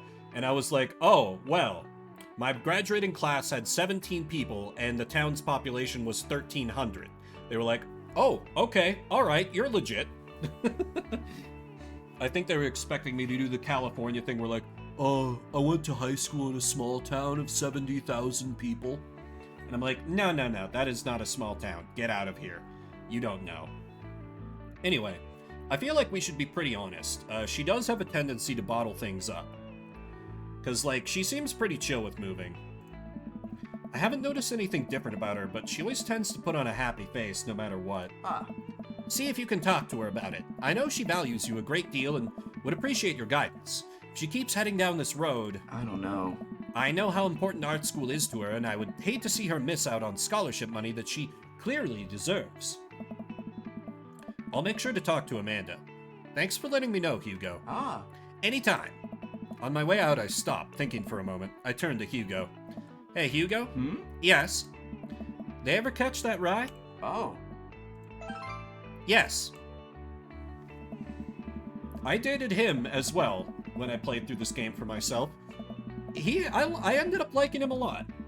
We can't fuck her teacher. I absolutely fucked her teacher. I mean, you could do worse. When I was a kid in high school, my dad dated one of my coworkers at my part-time job. She was not my age. She was like a proper, like, older adult lady, but she was still someone I worked with. It was weird, and thankfully didn't last. I leave the... Teachers need love too, true. I leave the classroom and make my way out of the school. I'm still a little bit in shock that Amanda was able to hide this so well from me. She's always been such a force for positivity in my life, especially after we lost her father. Listen, if you've seen the show Burn Notice, if you haven't, I highly recommend it. My dad is basically the character Sam Axe from that show, if Sam Axe went into business rather than becoming a Navy SEAL. Amanda must be done with classes for the day by now. I'm sure she would appreciate a ride home, and maybe I can talk to her about what's going on. And if you haven't seen Burn Notice, then I can sum up the character of Sam Axe as Bruce Campbell plays an aging playboy. I pull up to the carpool, and Amanda hops in the passenger seat. So, did you have fun gossiping about me? Mr. Vega and I actually just gossiped about our celebrity crushes. So you talked about Mario Batali the whole time? It was a very productive meeting. I'm pretty hungry. Can we grab some dinner? Sure thing. McDonald's! Plus, if I treat her to something, it might help to, like, preemptively soften the blow of, like, so, I hear your grades aren't doing too good, honey. Does that sound good to you? Yeah, sure. Why the mall? Geez, can't a dad take his daughter to the mall? Will you buy me things? I will buy you a thing. Singular. Sounds like a deal to me. We drive in silence for a short while. Amanda plays a game on her phone. I should say something. You know, sometimes when a kid gets older, they find they have to keep things hidden from their parents, and that's okay, because sometimes that's what kids do. And that's okay. But also sometimes it's good to have the parents' perspective because, you know, maybe the parents have also dealt with similar situations. And maybe they're a little cooler than you give them credit for. Anyway, what I'm trying to say is that it's good to share. Love you. Have you been reading my tweets? You have a Twitter? What? Never mind. Look, sweetie, Mr. Vega said you haven't been participating in class and that you're not turning things in. Oh, I'm fine, Pops. Senioritis and all that. If she's dating the scene kid, we beat the cringe out of her. Nah, she's too cool for the scene kid. I trust in Amanda. She's probably dating one of the Emmas. I thought you liked Mr. Vega's class. It's fine. He's fine. We pull up to a stoplight and I eye Amanda. She's still texting. Just, I want you to know that you can talk to me about anything. Dad. Uh-huh. I can tell that whatever it is, she doesn't want me knowing about it. That's frustrating. I heard Emma R is going to that fancy art school in California. That's exciting. Yep. Are you bummed that you guys aren't going to the same school? Yep. Amanda keeps texting. She stifles a laugh. What's so funny? I don't think you get it. Okay. Who you texting? Noah. Who's Noah? My friend. Does he go to your school? Yep. Do you like Noah? What? No. Dad. Ugh. I can't believe you would... Ugh. Dad. I mean, jeez. Why would you... Ugh. Gross. Sorry, just asking. Dad, he's just my friend. Noah might be the emo boy. Guys and girls can be friends. He's my friend. Okay. Jeez. This is going well. Well, good talk. Love you, kiddo. She leans forward and turns up the radio. Guess that conversation is over. To the mall, then. We arrive at the mall, a big indoor shopping center with a couple different floors. It's kinda dead, but that doesn't stop a mall security guard from yelling at a group of loitering teens. God, I'm trying to think now. I don't think I've been into a mall in like 5 years at this point. They're all dying, right? Like, they're dinosaurs at this point. Malls are dead, yeah. Let's eat something disgusting for dinner. Yes. Hell yeah! Language, Missy. Heck yeah? Better. We approach the food court and evaluate our options. There's greasy restaurant after greasy restaurant. My heart burns just looking at the menus. Nobody looks happy to be here. What are you in the mood for? Bread dipped in sugar? Bread with cheese on it? Just want me to inject some fat directly into your bloodstream. I extend my hand to her. Would you do me the honor of sharing some nachos? She takes my hand with a grin. It would make me the happiest, cheesiest girl alive. We order a giant pile of chips and unnaturally orange cheese from a very unenthusiastic and possibly stoned teenager. We take a seat at a rickety table and dig in. Oh, that liquid cheese. I've never been able to stomach it myself. Whoa. These are bad. These are very bad. But also strangely delicious? Huh? We have to eat through the pain. We enjoy the fluorescent cheesy goodness together until we're all out of nachos. Gotta counter that 15-minute jog. Exactly. We gotta eat, we gotta take in calories to offset the, like, multiple tens of calories we burned running for, like, 15 minutes.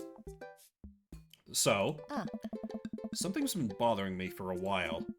Can you explain memes to me? Which meme? All memes. Aw. Amanda sighs deeply and places her head in her hands. Ugh. Dad, it's complicated. See, memes are like inside jokes shared by a bunch of people that get less funny the more people do it. So the problem is, by the time a meme gets to you, Dad, all us youths have already done the joke to death. Aw.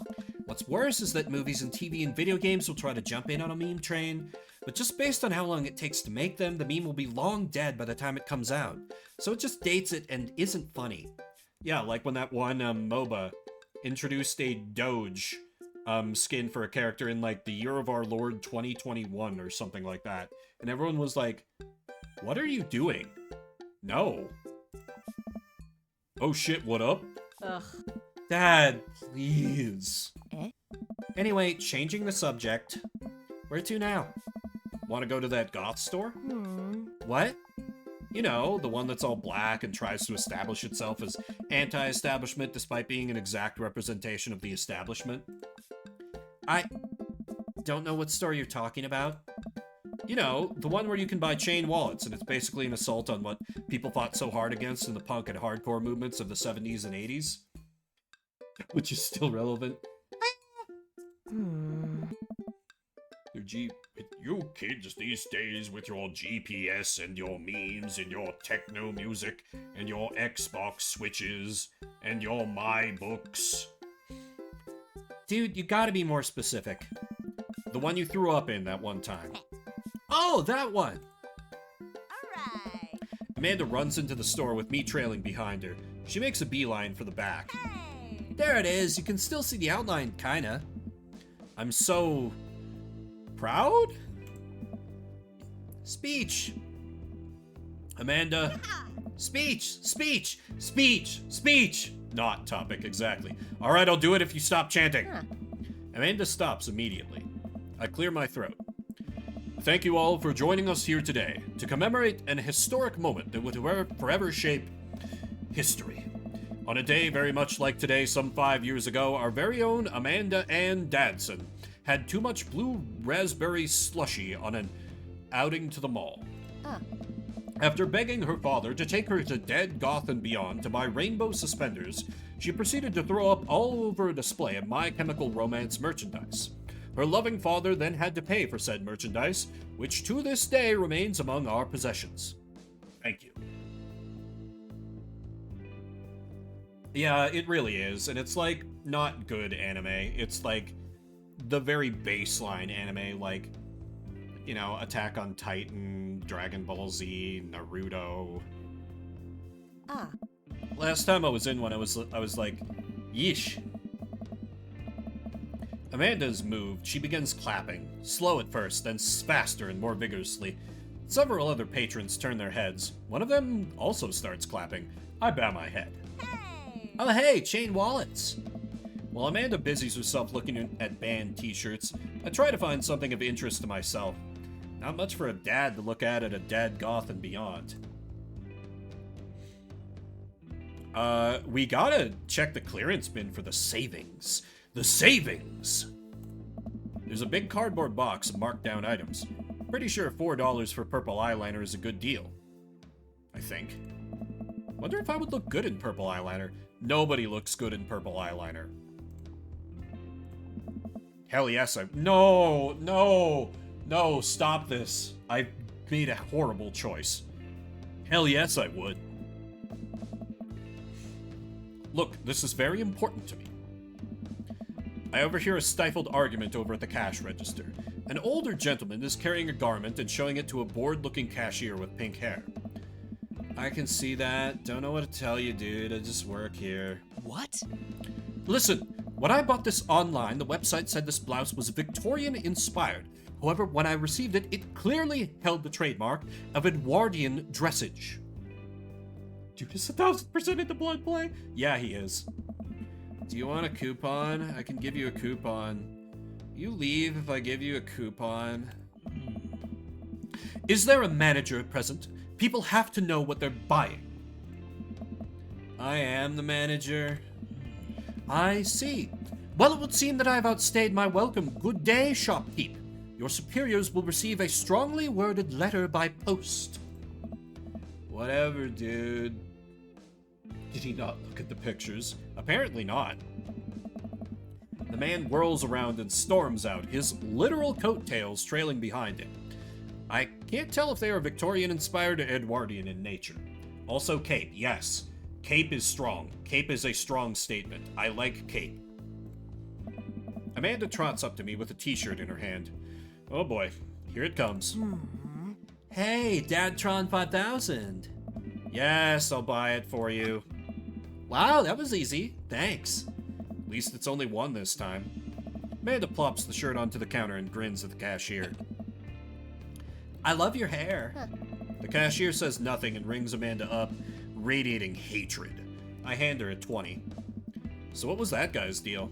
The cashier rolls her eyes so hard I'm worried she'll pull something.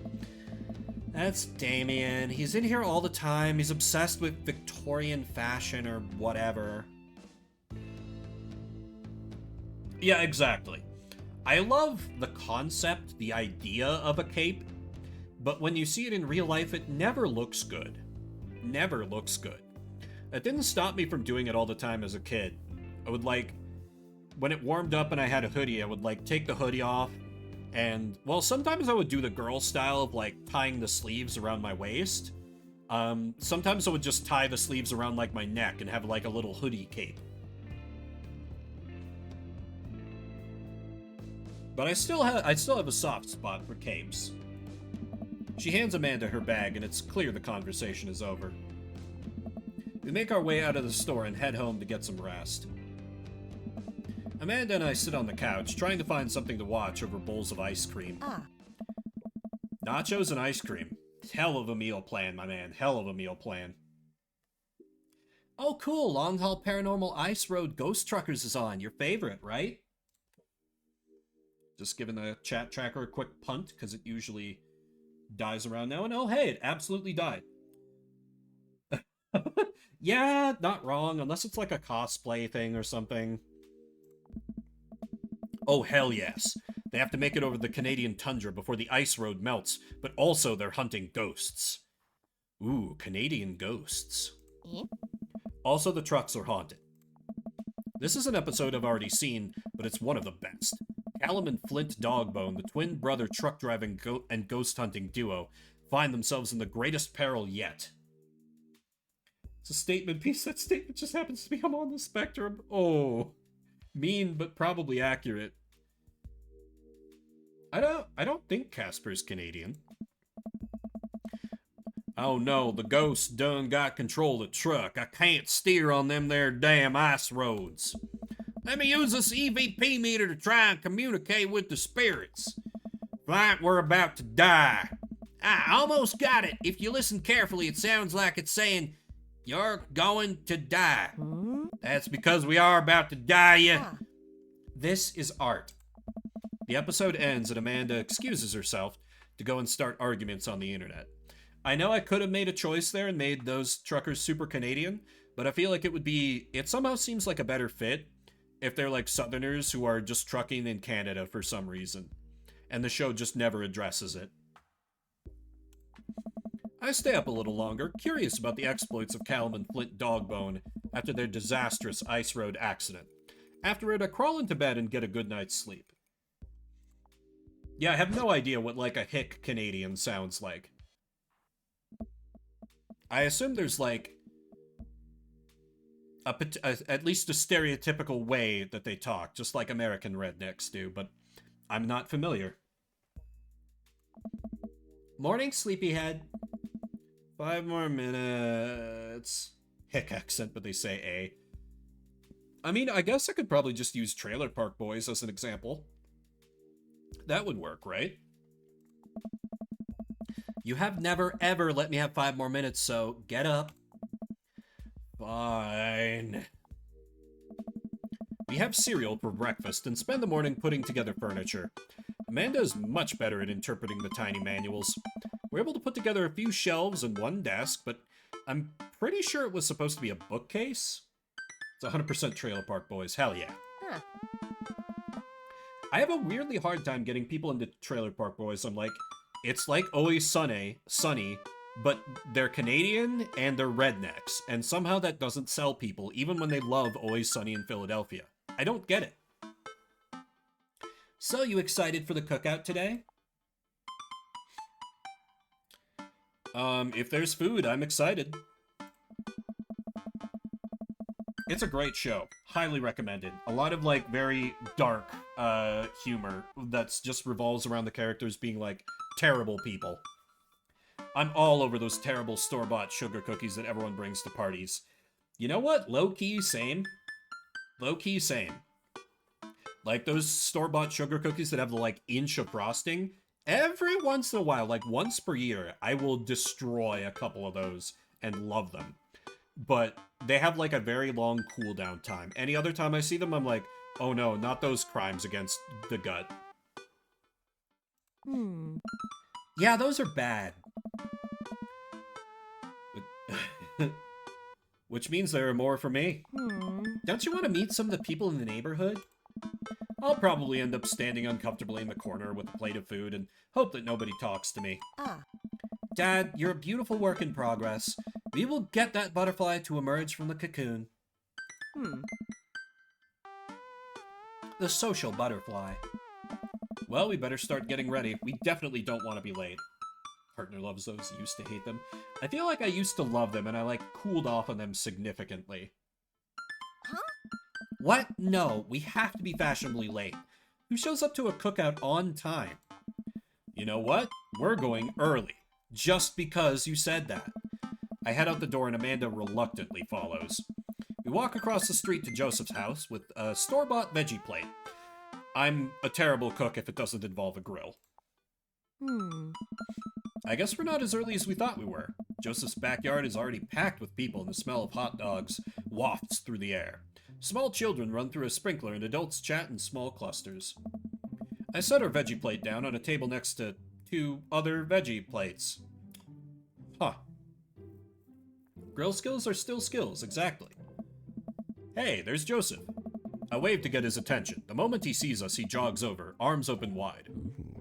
Welcome! I'm so glad you two are here. And you brought veggies! Let me introduce you to my family. Kids, come on over here. This is Chris, my eldest. Yeah. Hi. This is Christian and Christy. They're twins. Huh? They stare creepily and say nothing. Oh. Then, of course, there's our youngest, Krish. Wait, where is Krish? Maybe Mary put him in his crib. Oh no, it's the woman from the bar the other night. What is she doing here? Just put them over there, points at a table filled with vegetables.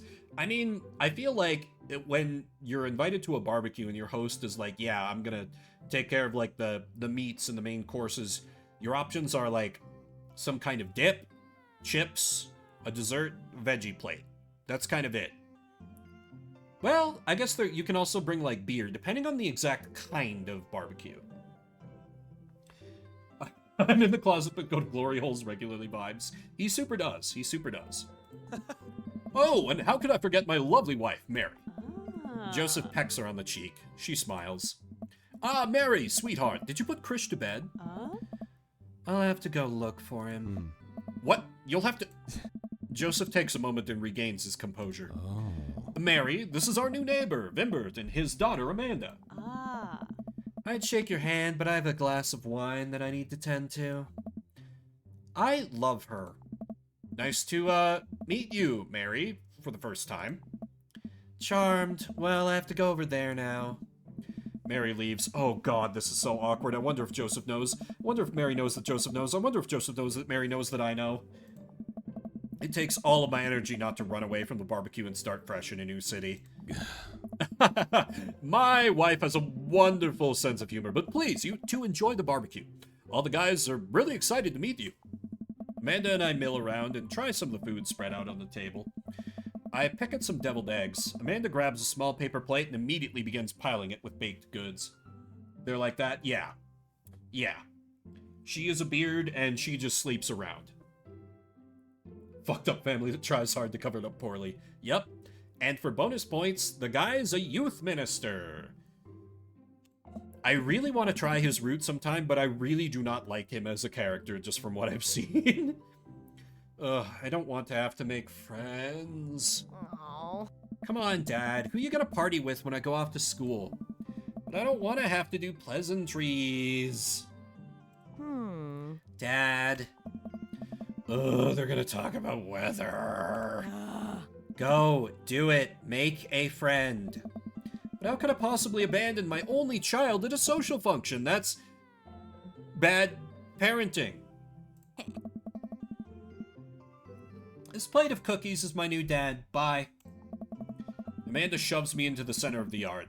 Well, here goes nothing. I look around the party and am surprised to see some familiar faces. Isn't that the barista from the Coffee Spoon? Didn't I meet that guy at the bar? Didn't that guy throw a frisbee at my head? Isn't that the guy who was throwing a fit in Dead Gotham Beyond? Isn't that Amanda's teacher? Hey, I know Craig. Wait a second. All these people live in our cul-de-sac? That can't be right. I'd better investigate. Ooh. Or I can just burger time. All the dateable characters are here! Wow! It's a contrivance! Is this a swinger party? Listen, don't worry about it. They have the rocks arranged in a particular, oh god, why can't I think of a suburb in Denver where there's swingers all over the place and it's super rich? This is going to drive me insane. Hang on. There is a suburb in Denver where it is known that if you live in the neighborhood and you arrange the rocks in your yard in a certain way, that's like a signal that, like, hey, you're into doing some swinging. Check for pineapple decorations? Is that another thing? Highlands Ranch, that's the one. Why couldn't I think of that?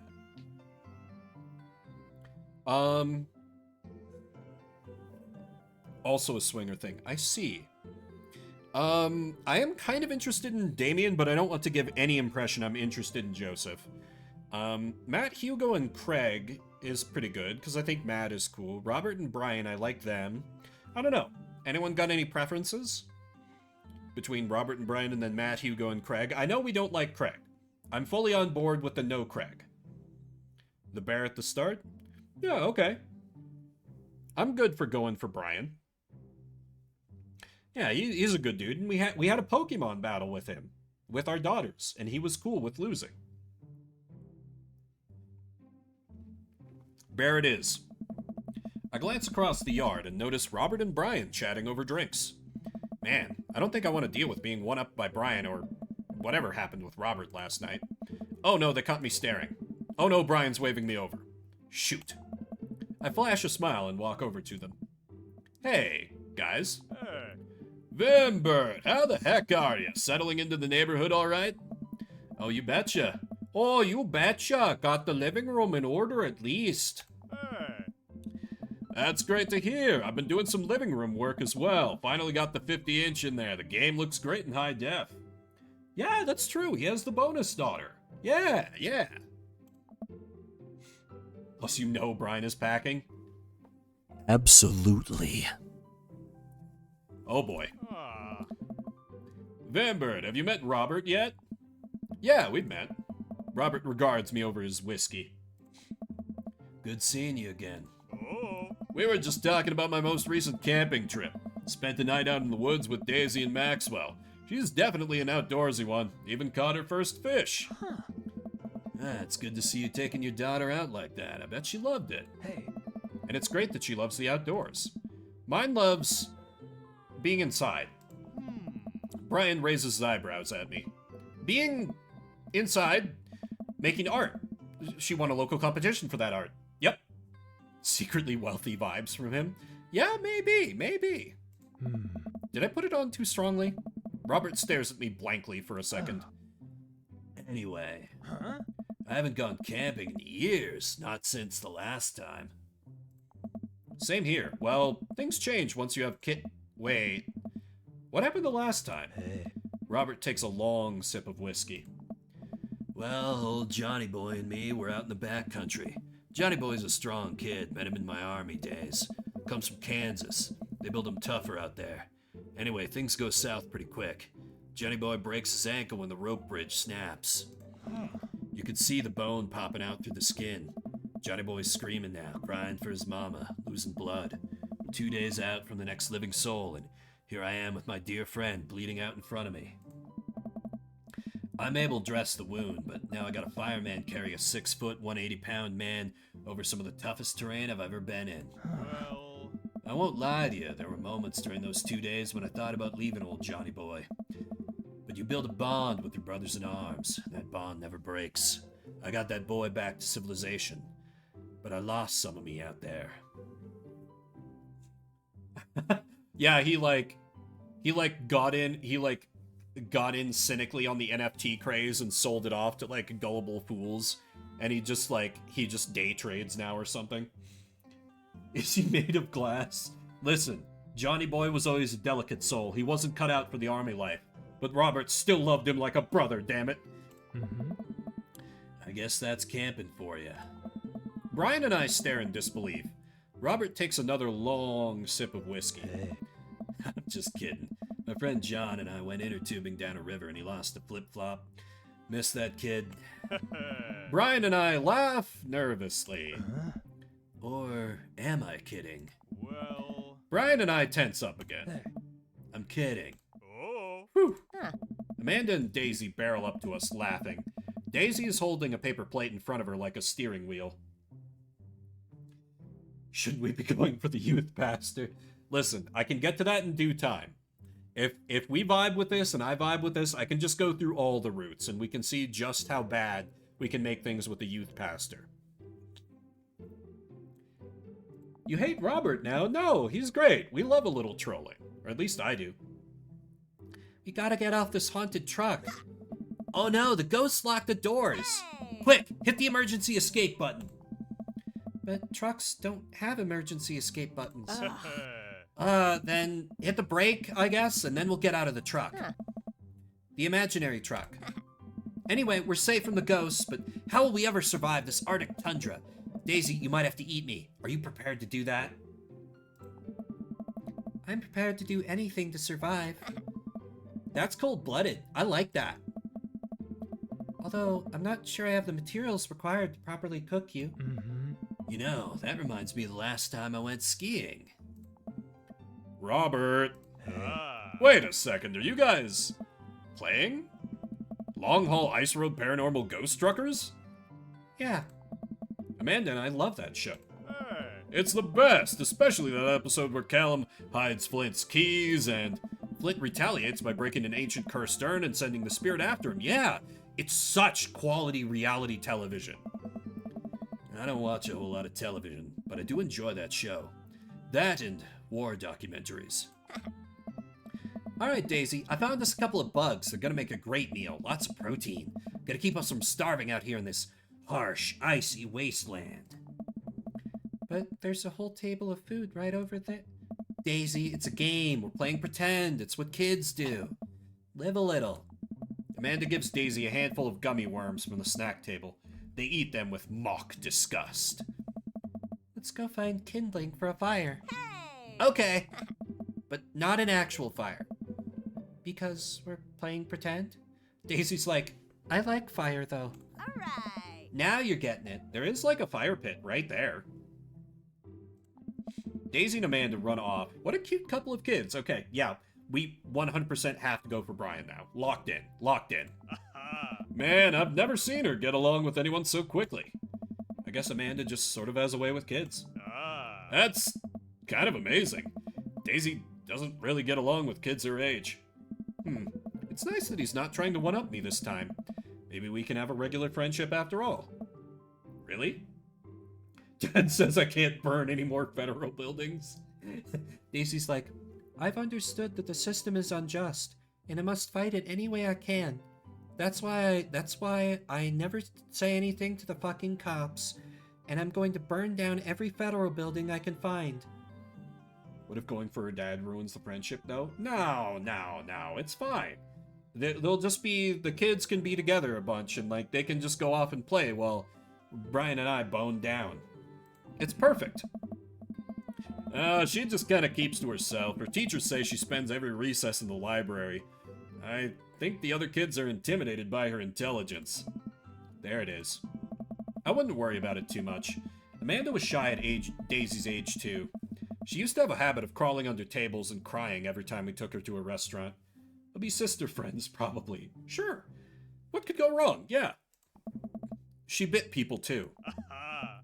Oh, kids, right? That's what the gays do, right? Right? I mean, you know, there's some touching of sticks. Gotta love them. You're required to by law. I hear that. Well, since they're getting along so well, maybe we should try to put together a little play date for them. They do seem to get along really well, but the thought of continually hearing about all of Brian's accomplishments is rough.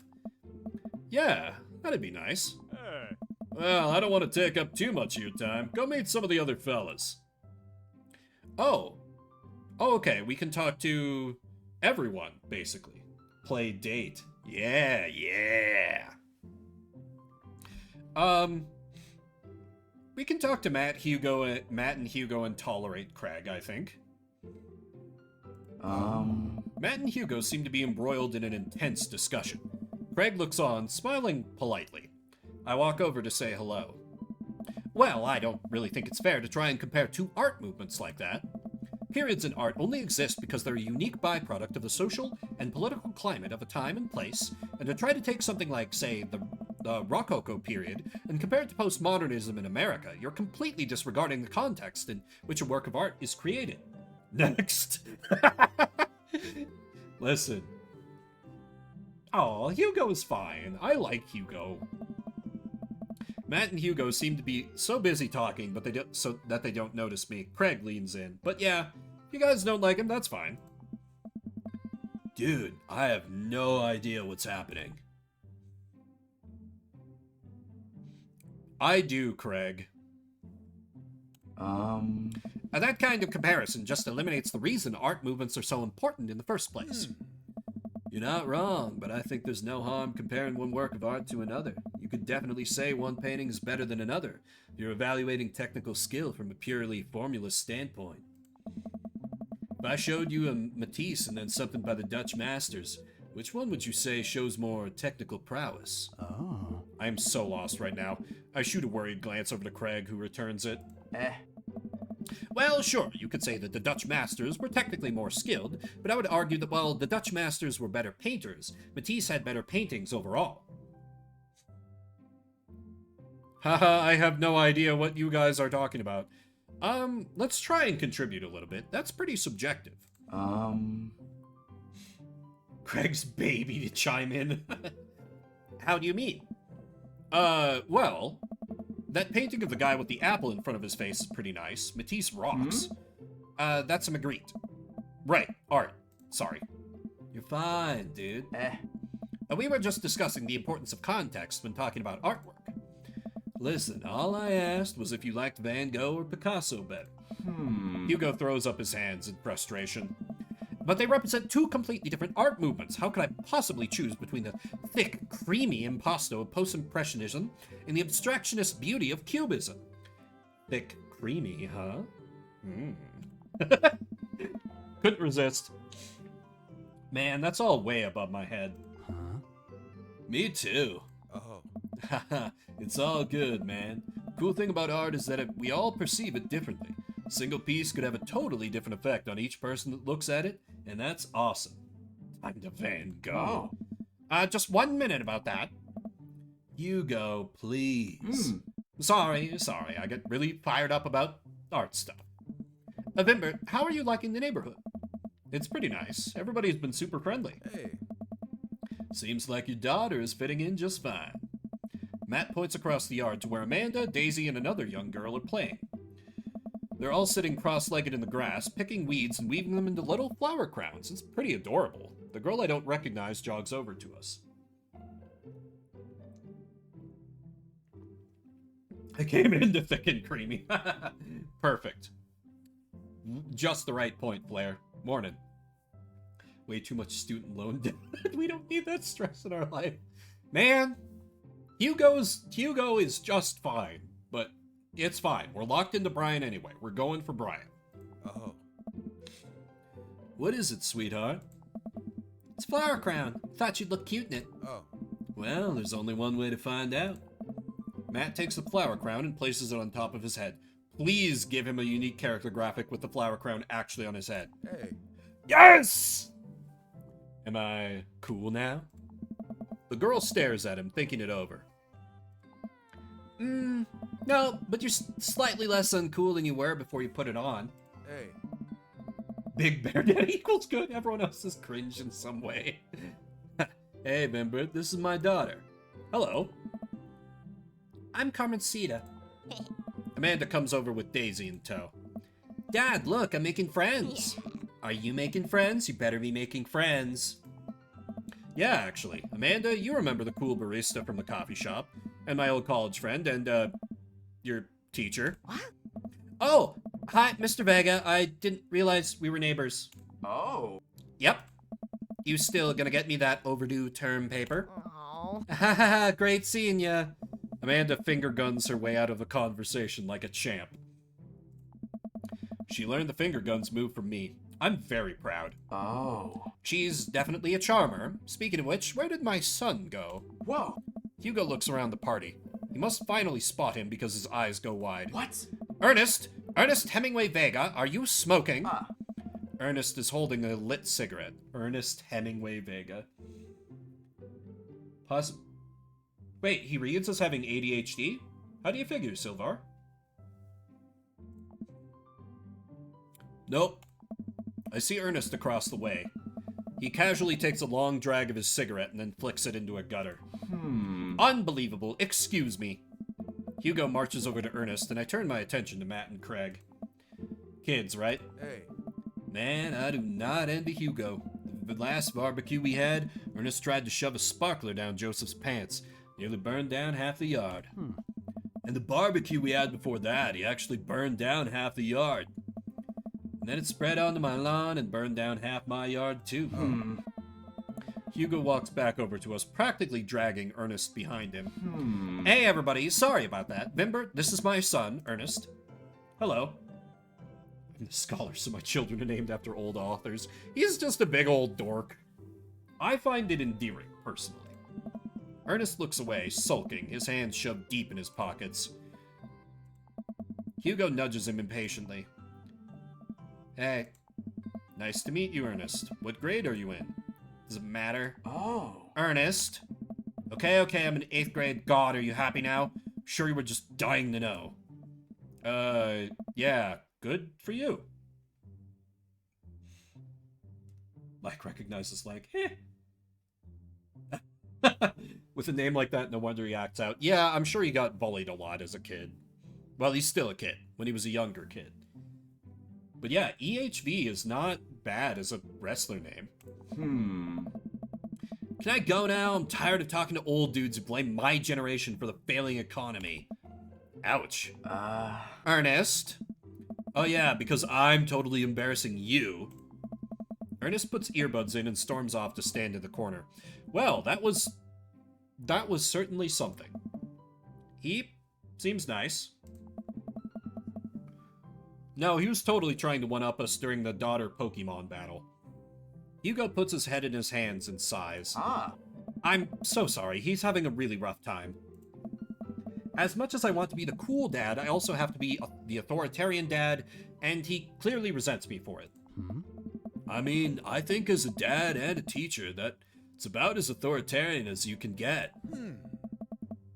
Honestly, are any of us cool dads? Is it even possible to be a cool dad? What? I'm cool as a cucumber. Oh. See that right there? You can't say that. My kids think I'm cool. Proud parent, technically you were doing it too? Yeah, I think it's... Yeah, it's debatable, for sure. But for how long, Craig? How long do we get to be the cool dads? I, don't know. Hey. I think we just have to accept the fact that as dads, we become the machine we once raged against and accept our fate to unironically wear socks with sandals. Your kids may think you're cool now, but the moment they hit puberty, you're doomed. Amanda's 18, and she still thinks I'm cool. I yell across the yard to my daughter. Amanda, I'm cool, right? Amanda just laughs. She keeps laughing. I see your point. Oh no. As much as we all want it, I don't think it's as important to be a cool dad as it is to be a good dad. We can't all be best friends with our kids. It just doesn't work. I mean, look at me and Ernest. Oh. Our job as parents is to make sure our kids turn out okay. Yeah, you're right, but it'd be nice to have it both ways. Hearing these guys talk about this makes me think of my relationship with Amanda. We get along so well, but there might come a time when it won't be like that. Is college when that happens? Don't let us eat up your time, Vibert. Go meet some of the other people around the neighborhood. Yeah, like Joseph and... No, it's burger time. It's burger time. Fuck Joseph. And Damien... maybe some other playthrough. Burger time. And without further ado, let's work some magic. Joseph closes his eyes, takes a deep breath, and gets to work. With the greatest of ease, he sets patties on the grill, flourishing as he flips his spatula in the air. It's easily some of the best grill work I've ever seen. You guys think this is my first time in front of a grill? He's working faster now, effortlessly tossing cheese onto patties and perfectly grilling onions on the side. One after another, the dads take notice and crowd around Joseph to admire his masterful technique. You probably didn't know this, Fimbert, but Joseph's known around here for his grillmanship. Yeah, I would agree. If it's almost to the end of high school without major problems, you're gonna be real solid. Just enjoy having a good relationship with your kid. He's ungrievable. Bro. I've tried to get on his level, but I just can't catch up. Joseph likes when guys crowd around him. He totally does. You can see it. You can tell because of how he is. Oh. Let us keep studying. He has a rare quality about him. Mustard, we keep talking about this. Can't we just appreciate the artiste? I've never seen him make a mistake. Hey. Okay, we need to stop. This is getting too cheesy. Please stop. All of the children at the party boo the glorious display of puns in unison. Yeah. All right, guys, the food's ready. Please form an orderly barbecue. Amanda groans. We all grab our food and hang out, enjoying perfectly cooked cheeseburgers. Yeah. Man, it's so wild how all of us dads live in the same cul-de-sac. Hey. Kinda nice, isn't it? Feels like there's a real community here. Totally helps when you're just a single dad trying to raise a kid. They all gained points. Yep, they can all pun with the best of them. We're happy to have you here, man. I think you're gonna like this neighborhood a lot. Oh. Plus, Amanda seems to be getting along well with all of the kids. If she decides to get into a babysitting game, she'll really make a killing. A pun from Damien does feel a little out of character, it's true. Hey, why don't you add us all on Dad Book? Dad Book? Yeah, it's a great social network for dads to keep in touch with each other. We're all on it, so if you ever need to reach out to anyone, that's the simplest way to do it. Sorry, I'm just an old-fashioned dad. Social media goes over my head sometimes. Don't worry, Pops. I'll help you figure it out. Dad Book is definitely Grindr. Yeah, 100%. They call it Dad Book, but the actual URL is daddybook.com. And, well, need I say more? The rest of the barbecue goes smoothly. We all trade stories and drink beer as our kids play on the lawn. Amanda breaks up a fight between Carmencita and those weird twins. I think they wanted her soul. Amanda and I walk back to our place as the sun sets over the neighborhood. Pretty fun party, don't you think? Wish I could have been playing Paranormal Ice Road Truckers. Yeah, Craig has twins too. The kid River that he always carries around with him is just his youngest. Wait, Robert doesn't have kids though, does he? At least not that he's mentioned. He's the odd man out.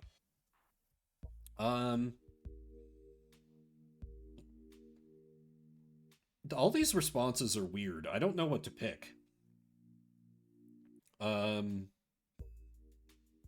Felt like I was at a networking event, question mark? I'm gonna get LinkedIn notifications out of this, I just know it. You don't think it's nice that people want to connect with you? Not when their affection jams up my inbox, metaphorically speaking. Probably got eaten by a shark on a new trip or something. Or, plot twist, Robert's kid is the scene kid. Well, hey, at least you met some other cool dads. You should hit them up on Dad Book. Maybe I will.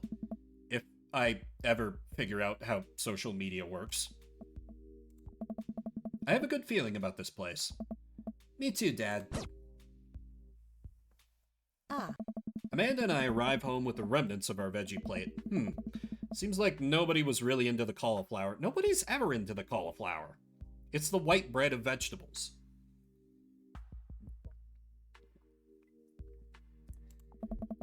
Any big plans for this evening? Never mind, I stand corrected. Ah. Actually, yeah, I'm going out with some friends. Oh, Mm. is that okay? Of course, just keep me posted and be home before midnight. Hmm? You got it. And be careful. Yeah. I will. Make good choices. Of course. And call me if you need anything. Hmm. Dad, you're not gonna do the thing where you wait silently for me to come home in the living room with all the lights off, are you? What? No, I've never done that, and I will never do that. My mom did that to, like, my sister one time and was apparently exceptionally creepy about it. Just, like, barely said anything, like welcomed her home, and then my sister was like, okay, Mom, I'm gonna go to sleep. And my mom was like, okay, good night. And that was it. Wear a condom, don't forget your mace. But I've never had that done to me, mostly because when I was in high school, I lived in the basement, and our basement was set up so that you could either go through the house to get into the basement, or you could go through the garage. So I could just go through the garage, like, drive up with it back up in my car late at night with the lights turned off from long hours of playing Tales of the Abyss over at Hugh's place, and then, like, sneak down the stairs and not make noise. That and my little brother was a big troublemaker, so he took all the parental heat off me. I've always appreciated him for that. Huh? Anyway, okay, do you have plans tonight? My plans were kinda to eat ice cream and watch TV with Amanda, but I'll find something to do. I'm gonna... you know what? We haven't done some work yet. Basement dwelling and teens, name a more iconic duo. Let's work on some stuff. You know, dad stuff. I'm just relaxing tonight. Have fun, okay? Great, see you later. I watch Amanda drive off into the night. I really do hope she has fun. Plop down in front of the TV and turn on some Wine and Dine Mastermind with celebrity chef Gavin Chapman. Looks like Gavin's making a roasted rack of lamb with rosemary mashed potatoes. That sounds fucking amazing. I'd love to be able to cook like that. Although I think if I was actually good at cooking, I'd use my powers for evil. Like just making baked Alaskas all day instead of any food of real nutritional substance. What is a baked Alaska?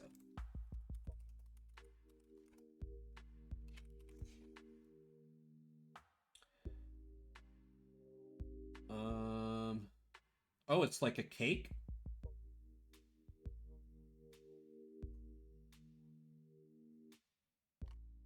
Huh, okay. Cooking Vim stream when? I mean, I've been tempted a couple times. I like to cook. It'd just be a matter of, like, having to get a GoPro or something and figuring out the, like, technical side of it. Oh, no! But I mean, hopefully it was delicious enough that she wasn't too devastated.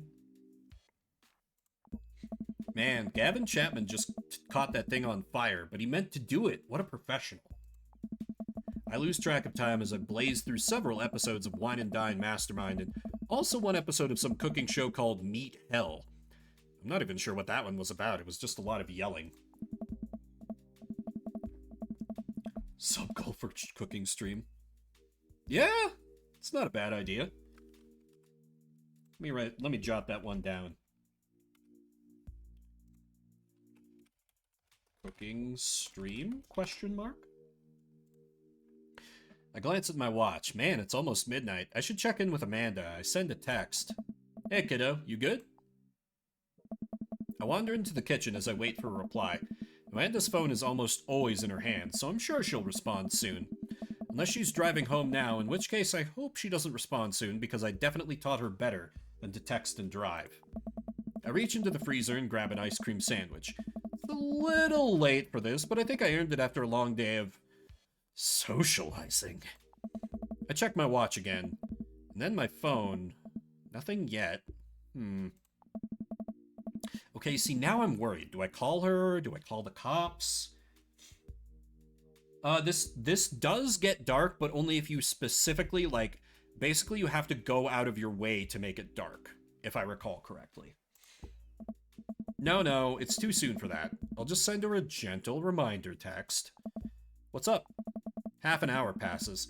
Now I'm really worried. The episodes of Gavin Chapman's Meat Hell are not only not assuaging my anxiety, but possibly exacerbating it with all the yelling, so I keep pacing around the house, waiting for her to come back. Why didn't I find out where she was going?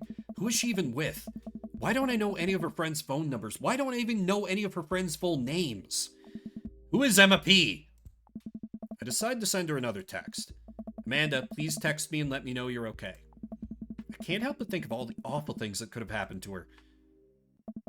Oh, thank God, it's her. Amanda opens the door and shuffles in.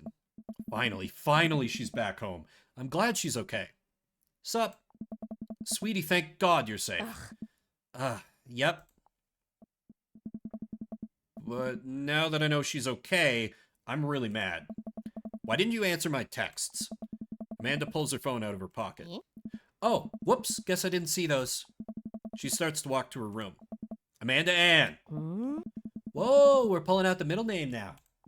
Amanda, you came home an hour and a half after your curfew, and you didn't respond to any of my texts. You really freaked me out. I was about to call the cops. Dad, you're seriously overreacting. You're not going to be like this when I go off to school, are you?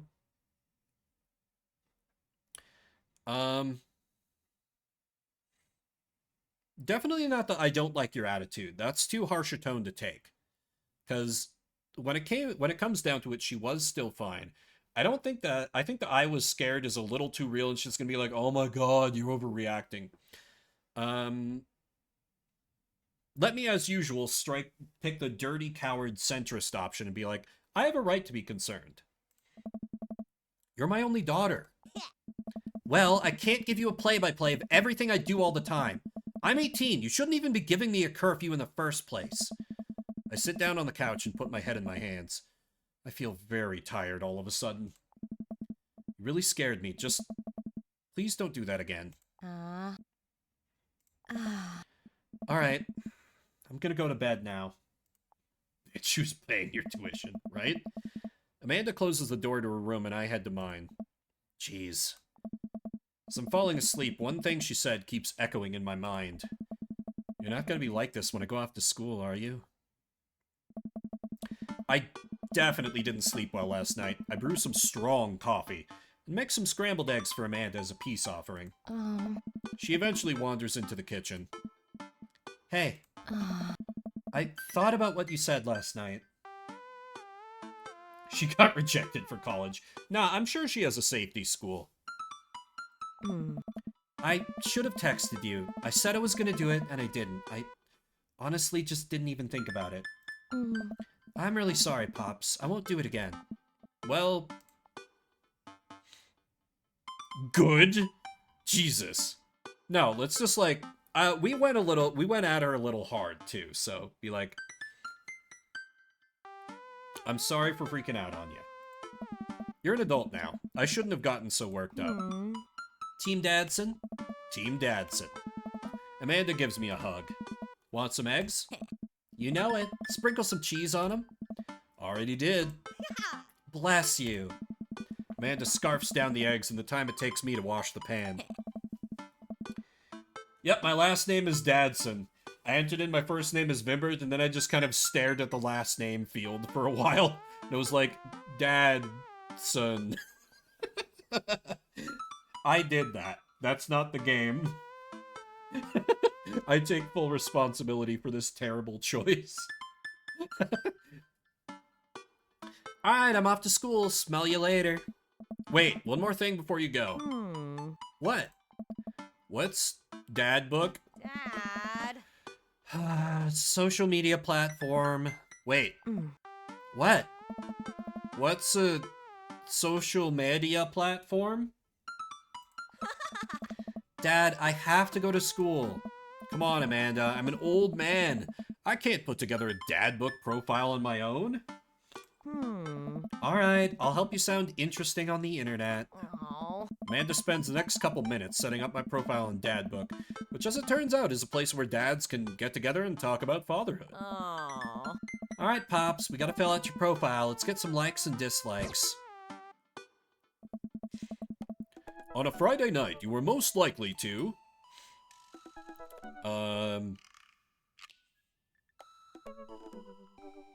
Netflix and grill, baby.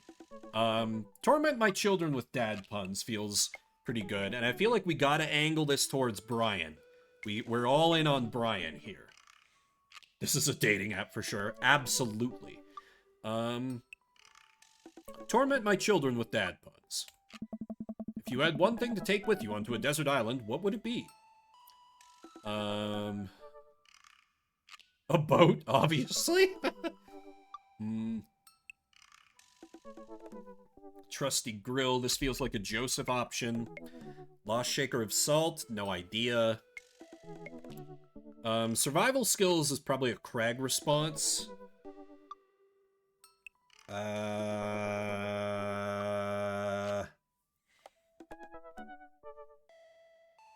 boat? Jimmy Buffett? Yeah. But, like, I don't know who that appeals to. Like, who the Jimmy Buffett option is for. We did mention it to Craig, but, like, obviously the survival skills is the Craig response. I'll go for boat? What are your turn-ons? Yeah, this is a dating app. Strong dad arms is powerful. Street smarts feels like Robert. Top tier grillmanship is probably Joseph. Comfortable with crying? I don't know. I feel like strong dad arms is the play. Yeah, agree. What did you want to be when you grew up? Salty boat captain. The president of space. A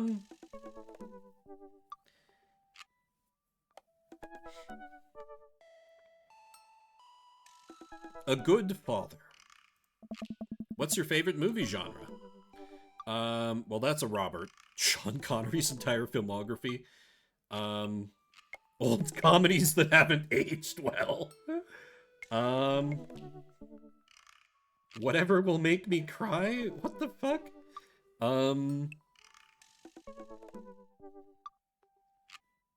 Man, you know that bear loves Sean Connery. You know what? That's a good call. That's a good call, Silvar. We'll go with that. What's your ideal date?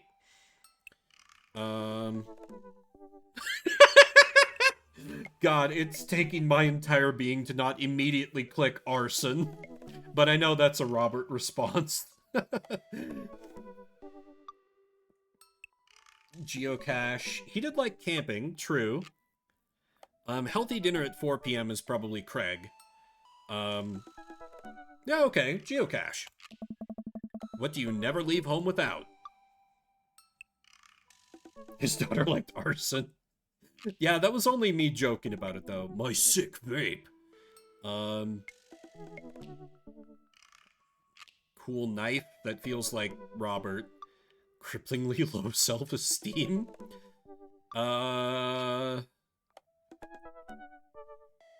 Sensible cardigan, maybe? I don't know. What do you guys think? Cardigan. Oh, yeah, you're probably right. Okay, sick vape is probably coffee shop dad. Word jumbles in a pen feels like Hugo.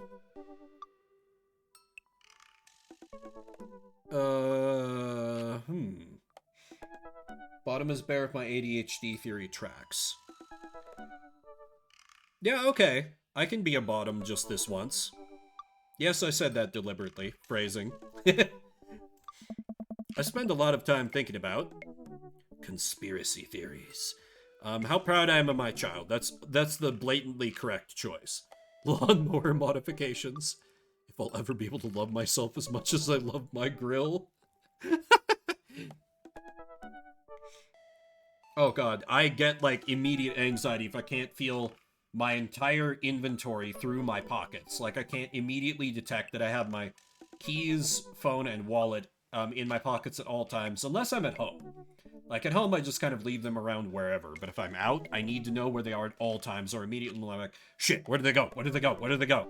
Like, I've done the thing legit where, like, I have my phone in my hand, and I can't feel my phone's weight in my pockets, and I'm like, wait, where did my phone go? Oh, right. Sunglasses while wearing them. Similar energy. Proud I am of my child. Profile complete. See? That wasn't so bad. Yeah, that was actually kind of fun. I could totally spend all day on here just looking at people's profiles. Yes. You should message one of them, or more than one of them. All of these dads seem pretty interesting. Okay. I promise I'll make some friends. Amanda gives me a hug. Nah. Go get him, Dad. Welcome. You've got dads. We've got dads. Dad, Manda. Hi, Vimbert, it's me, your dear old friend from way back in the day, Dad Manda. I'm delighted to see you've signed up for Dadbook. They've recently added this exciting new messenger service, so you may find yourself receiving messages from other dads like myself. Take care not to miss them. I'm definitely not your daughter. Amanda, is that you? What are you doing on Dadbook? Why, Vimbert, I never! We've known each other since business school. How could you possibly confuse me for your amazing and talented and easy-to-buy things for daughter? Though I am, of course, flattered. You should buy Amanda more things. Amanda, you know I didn't even go to business school. I barely even managed to get my degree. Wait. No. Wow. I didn't say that. You never heard that. This is gold. I was a great student, I swear. I graduated at the top of my class because I worked hard and ate all my vegetables. Totally holding on to this for later. Wait, do you even remember what I majored in? I declined to comment. Cool. Conversation ended. That is something that was not in the game when I played this, so this is something they added after the fact. This feels like a good place to drop a save. I'm not ready to quit just yet, don't worry. Just like, this is a good place to like jump back to at some point. So I could like easily pop on to another route. But who's Dad Manda? It truly is a mystery for the ages. But this second cup of tea is flowing right through me, so I'm gonna get up real quick. So everybody stretch your legs real quick. I'll be back in like a minute or so. Hope you'll stick with me.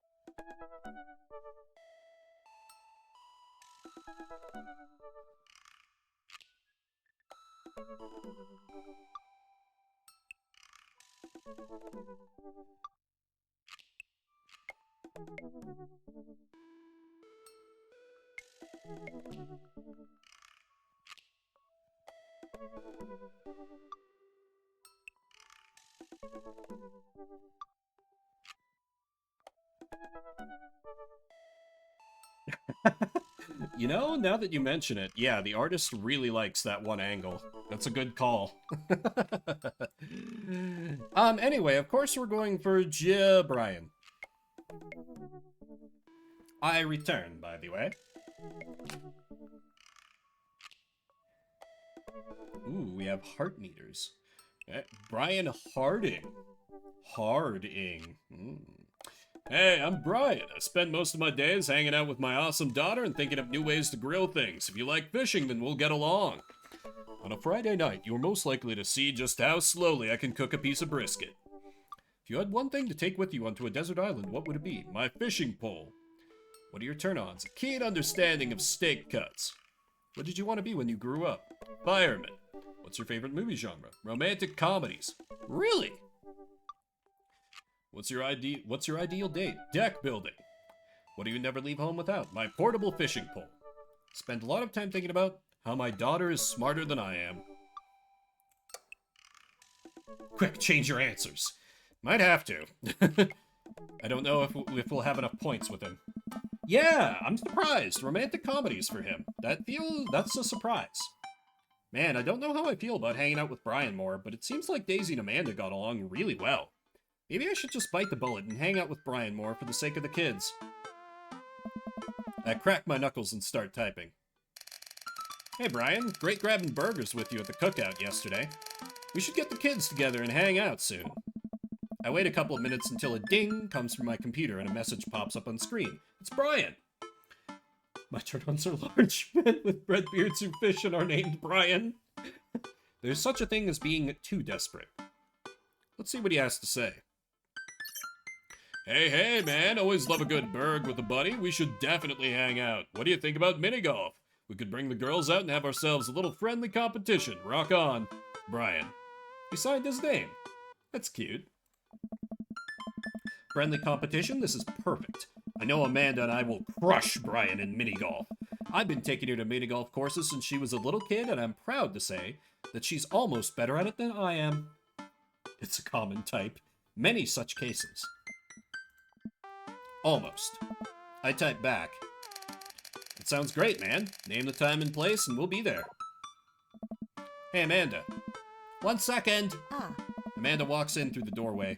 Her eyes are a little puffy, almost as if she'd been crying. You up for some... Hey.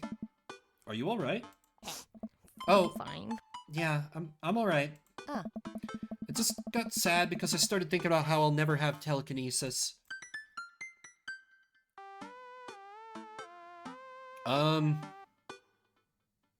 Don't do a not this again. That's obviously wrong.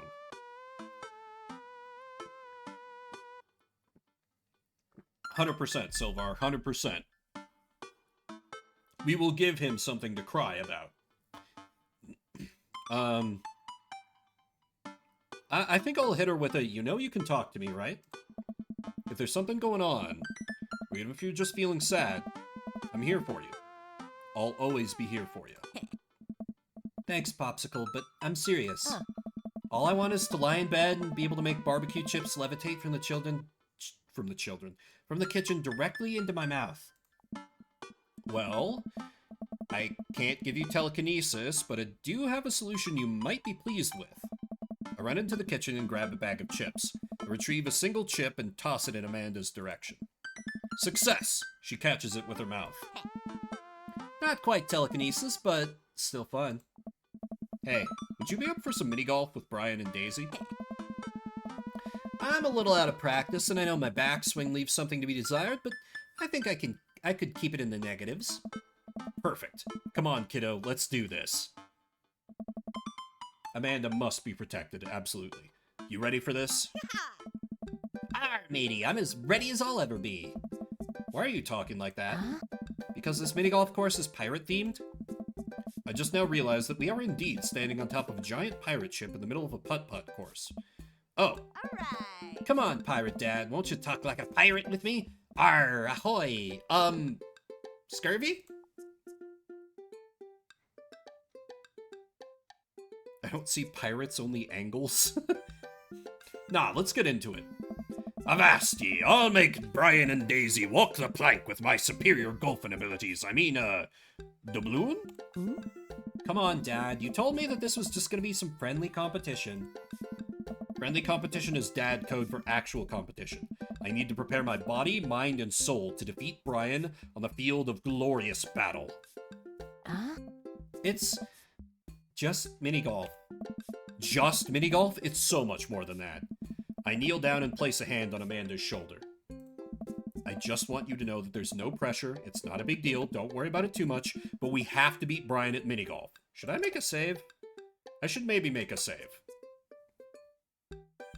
Mini-golf does sound kind of fun. Whatever happened to just having fun? Oh, we will have fun. When we beat them. Amanda gives me a side-eye, but before I can side-eye her back, I spot Brian and Daisy. Ahoy there, mateys! Ahoy. Brian walks up with Daisy in tow. Looks like they already rented us some golf clubs for a mini golf excursion. Total power move. Why didn't I think of that? Alright, first mate. I hear there's buried treasure in these waters. You gonna help me plunder it? Oh, Amanda, I don't think this is a real pirate ship. I think it's just to play putt-putt on. Oh. Amanda gives Daisy a look. Huh. I mean, aye, Captain. Daisy winks at Amanda. Ah, look at those two. They're two peas in a pod. So, you excited to get some mini golf in? Oh, you know it. You a gambling man? Oh, now you're speaking my language, Brian. All right. You are rapidly gaining in stonks. Do I get you if I win? Whoa, that's a little, that's too quick, my man. That's too quick.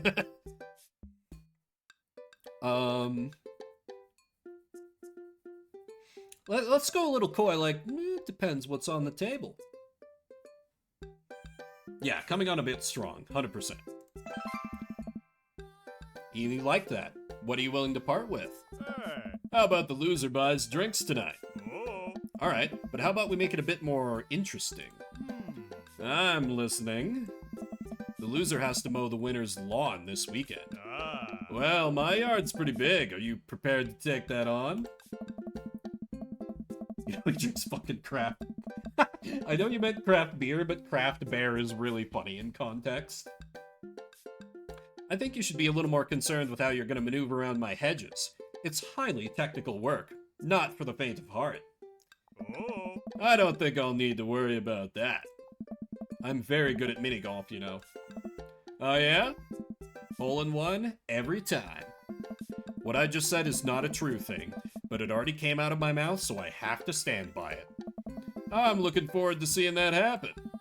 Brian and I eye each other up and down. May the best dad win. Brian and I shake hands and lock eyes. It's about to go down.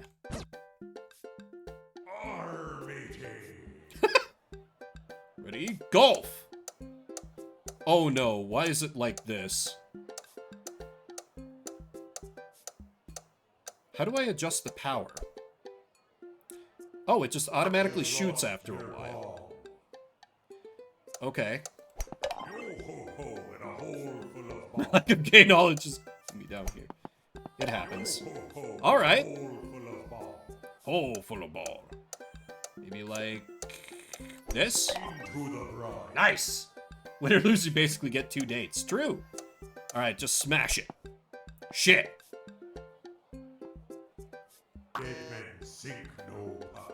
Dead men sink no putts. That's great.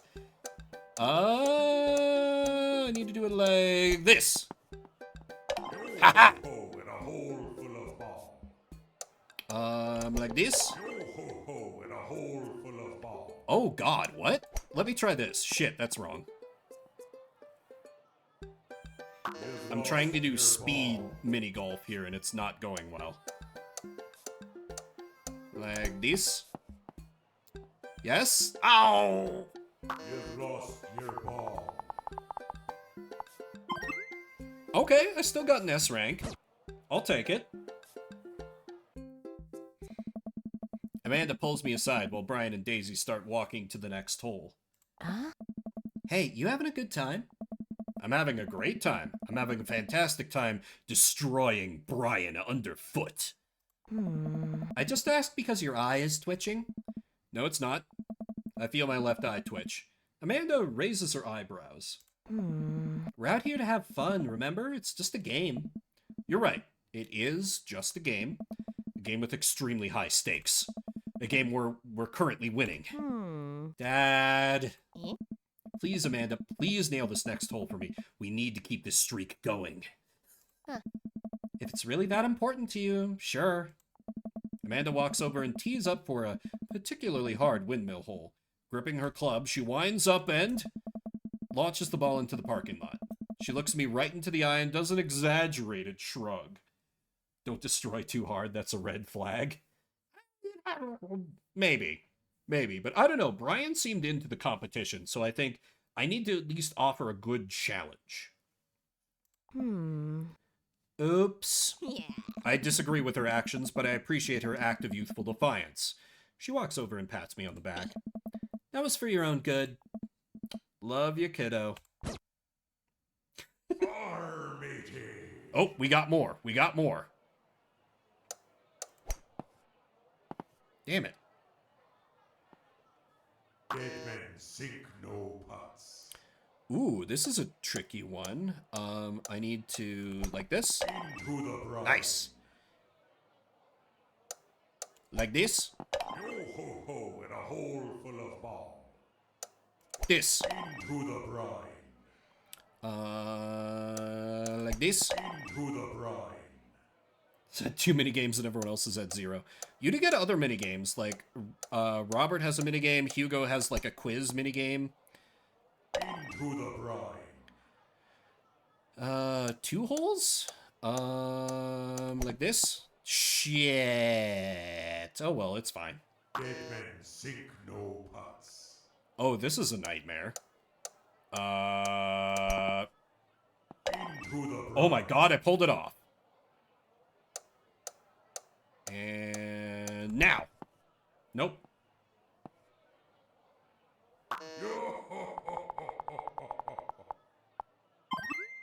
Still an S rank. Not a perfect, but still quite good. I try to maintain an air of professionalism because there are children present, but confetti cannons are going off in my brain and someone is placing a wreath around inner me with the words "Best Dad" emblazoned on it. Man, that was some good shooting there, Vimbert.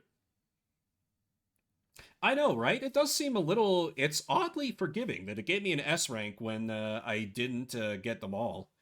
Maybe it's like Pizza Tower and there's like something like a P rank. No offense taken. I'm a bit puzzled by it as well.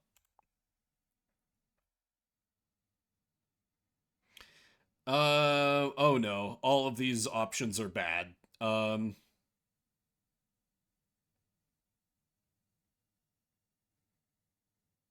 We do like a joke magnanimous. I have bested you on the field of battle. Mini golf is no joke, seems a little too serious. I think we keep it a little jokey. And it felt good, Brian. It felt real good. We got eggplants. You like that? Oh. Brian and I eyeball each other, electricity shooting between us. Yes. Daisy, did you have a good time? Yo ho ho, I did. We haven't even found the buried treasure yet. I think we would need to apply for a permit to dig around here. I was too. I really was too. But I think out of all the bad options, it was the least bad one from the information we had. Sometimes it'd be like that with dating sims. Eh? I can take Daisy home so we can get the city paperwork started for digging. You two go enjoy your night. Oh, Amanda, you are totally wing-womaning for me. Hell yes. Sounds like a plan. Vimbert, you cool with that? Fuck you, Brian. I shit on you. Yeah, it easily could have gone that direction. But, like, mini golf is no joke could have been like, I demolished you. I completely obliterated you. Mini golf is no joke. I am the master, and this is my life's purpose. And they would have been like, okay, Mr. Dadson, calm down. Sure, just don't get yourselves into too much trouble. Can do. I'll make sure we get into a perfectly reasonable amount of trouble. Amanda and Daisy skip away, yelling about buried treasure. Bless that kid's tiny, rebellious heart. Yeah. Well, guess we should hit the bar now. There's actually a tiki bar attached to this place. How about that? That sounds like a plan. Brandon... Oh. I-67 Dad. Brian and I walk into the Freaky Tiki, a kitschy, island-themed bar. Palm trees adorn the walls and several fake parrots are strewn about. Ukulele music plays softly in the background, which isn't being played by the game for some reason. Does he unironically like tiki drinks? Hey, you can be a little cringe with your drink choices. That's fine by me. It's gonna get freaky, alright? Brian and I approach the bamboo bar. Guess I'm spending more time with Brian, which is a little more bearable since I won. Okay, I just gotta get my victory drink and get out of here. I think I already proved my superior dadness for the day. 2 pineapples of hospitality, please. The pineapple. Silvar. The bartender whips us up 2 rum drinks inside of hollowed-out pineapples. He sets them on fire, and we have to blow them out before we can drink them. That sounds cool. Usually I just like to, I don't know, drink my drinks. If you don't want yours, I'll take it. And miss out on the taste of victory? I don't think so. The whole neighborhood is in on it. Yep. I take a sip of my pineapple of hospitality. Victory tastes fruity. How appropriate. Let's talk about lawn maintenance. I'm very particular. No electric mowers for me. I hand cut everything with scissors. I also only water the lawn with bottled sparkling water. I just ran out, so you're gonna have to import some. Italian is preferred, but I'll settle for Icelandic if that's all you have. It's sweet that you're willing to put all that work into taking care of your dead grass. What? My grass is perfectly healthy. It's okay, buddy. I know just the trick to perk it back up. I'll work my magic when I finish trimming your grass with the tiniest pair of scissors I own. Man, even when he's trying to be helpful, I feel personally attacked. While I sip more of my drink, I notice a TV in the corner. Hey, Extreme Makeover Deck Edition is on. I love this show. Always made me want to own a deck. Yeah, the state of the lawn is super not my fault. Agreed. I hate this show. Why? It's so clearly fake. Well, yeah, it's reality TV. Who cares? I care. I'm a general contractor. I work with decks all the time.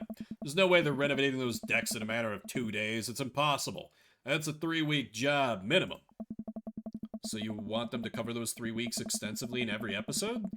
Can't be that interesting to watch a bunch of dudes slave over a deck for that long. Nobody would watch it. Plant native plants. Yep. Absolutely. I don't like any of those home improvement shows. I want to watch stuff that's real. Like Long Haul Paranormal Ice Road Ghost Truckers. I have terrible news for you, Vimbert. No. No! Not them, too. Brian, joke's on you, I'm into that. That's the awful truth.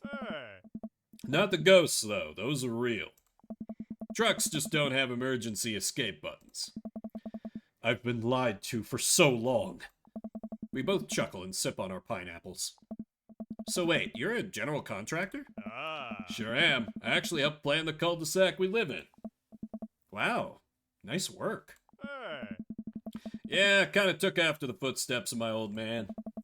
He was a general contractor too. The best. He practically built half of this town with his bare hands. It's weird how you spend your whole life trying not to become your father, then you wake up one day and there you are. But I get to work with my hands and it pays more than enough to take care of my daughter, so it's an absolute dream job. For me, at least. I knew he was secretly rich. Good eye. Good eye. Well that's impressive. Building stuff has always been my weak point as a dad, and I've been okay with that. Until now. Now I must defeat him. I do have that patio furniture that I haven't put together, still sitting in the garage. Okay, maybe I should cool it with a dad competition. Gotta keep it light. Stare him down, unblinking.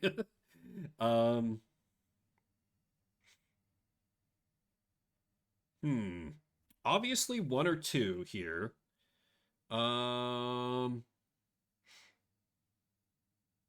Crap, what was the last thing he just said?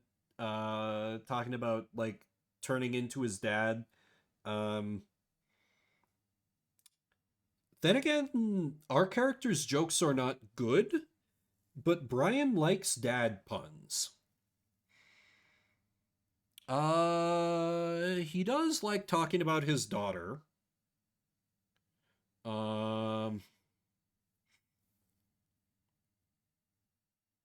He does like talking about his daughter. Perfect. So, Daisy seems pretty smart for her age.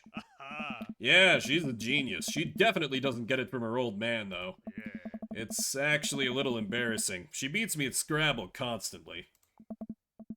To be fair, Scrabble is really hard. I can barely make good words when I have the whole alphabet in front of me, let alone 7 letters. Brian laughs. See, we can keep things friendly here. This is perfectly pleasant. I could do this all night. because I feel an innate need to impress Brian and prove I'm better than him. Obviously, not because I like him or anything. Baka. That's the only reason, I think. Let's keep it moving. No, don't complain about kids these days.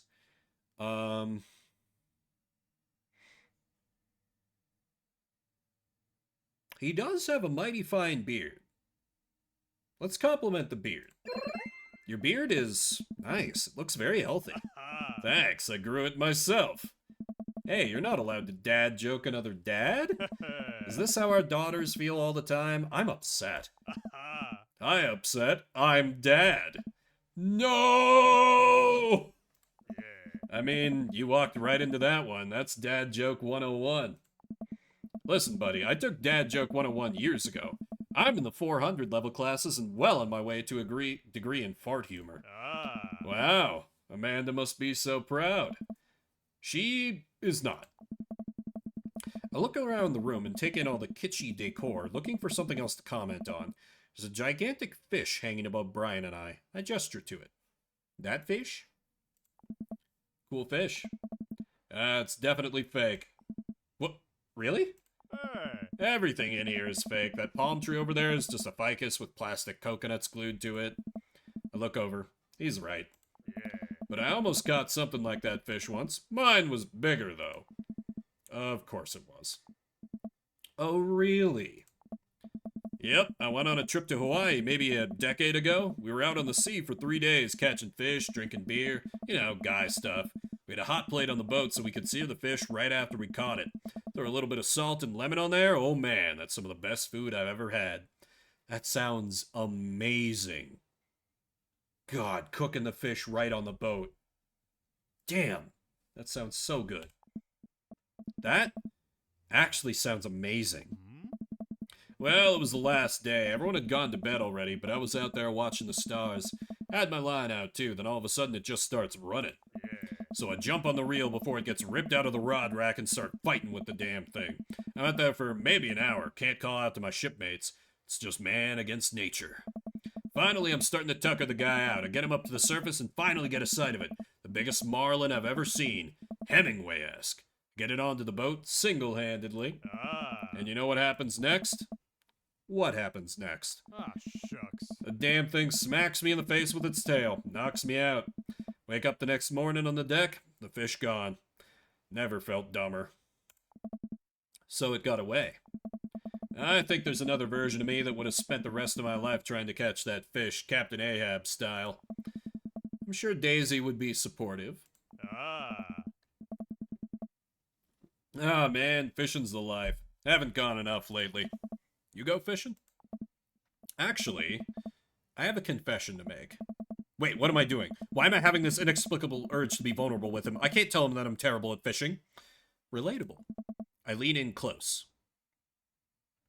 I'm amazing at fishing. I'm the best at fishing. No one can outfish me. Oh no. Oh no, this is setting ourselves up for failure. Why can't we be honest?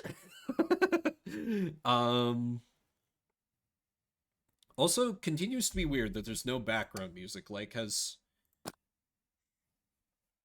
I'm like half wondering if the game is glitched.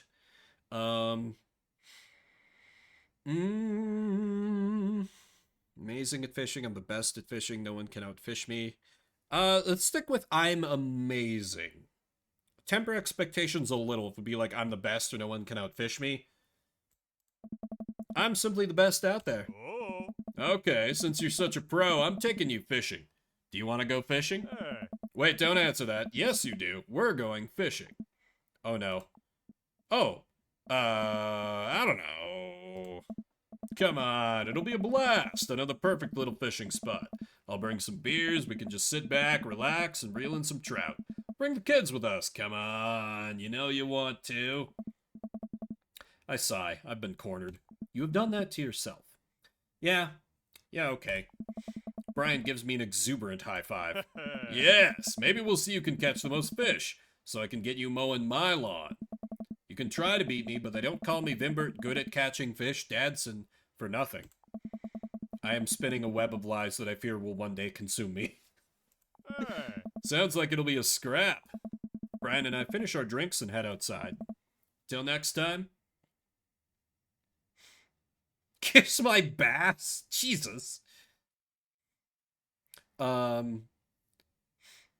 This is a great opportunity for friendship.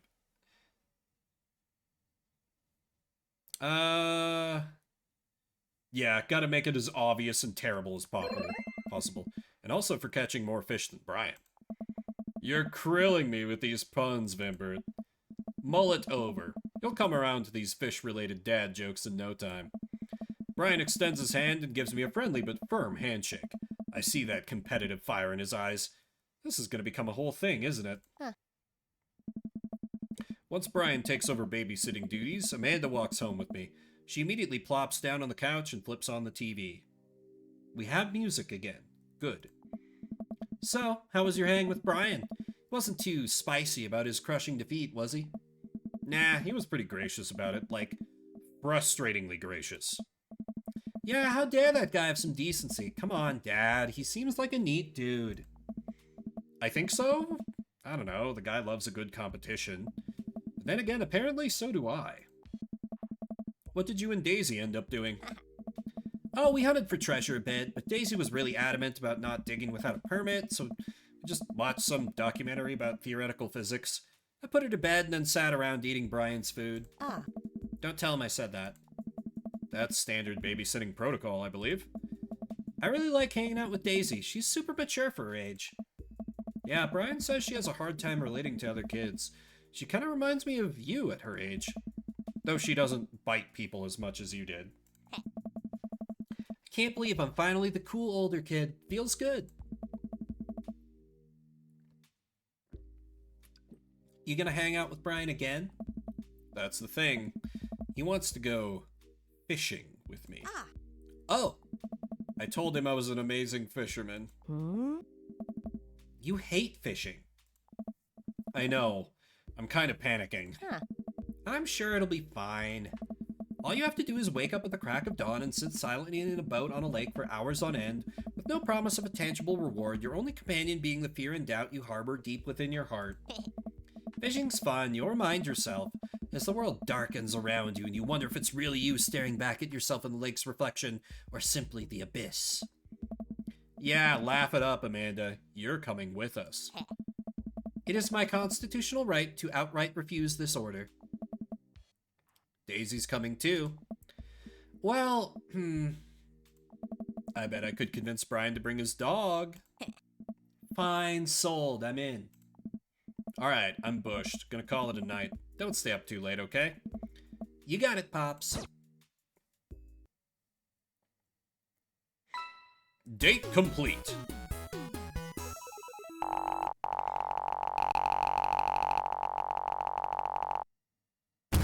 You know what? Let me mow your lawn this weekend. Hell yeah. We are building up our poker buddy gauge. We do not have a great amount of yo-ho-ho. I'm assuming all those bars are meaningless. But hey, S-rank date. I'll take it.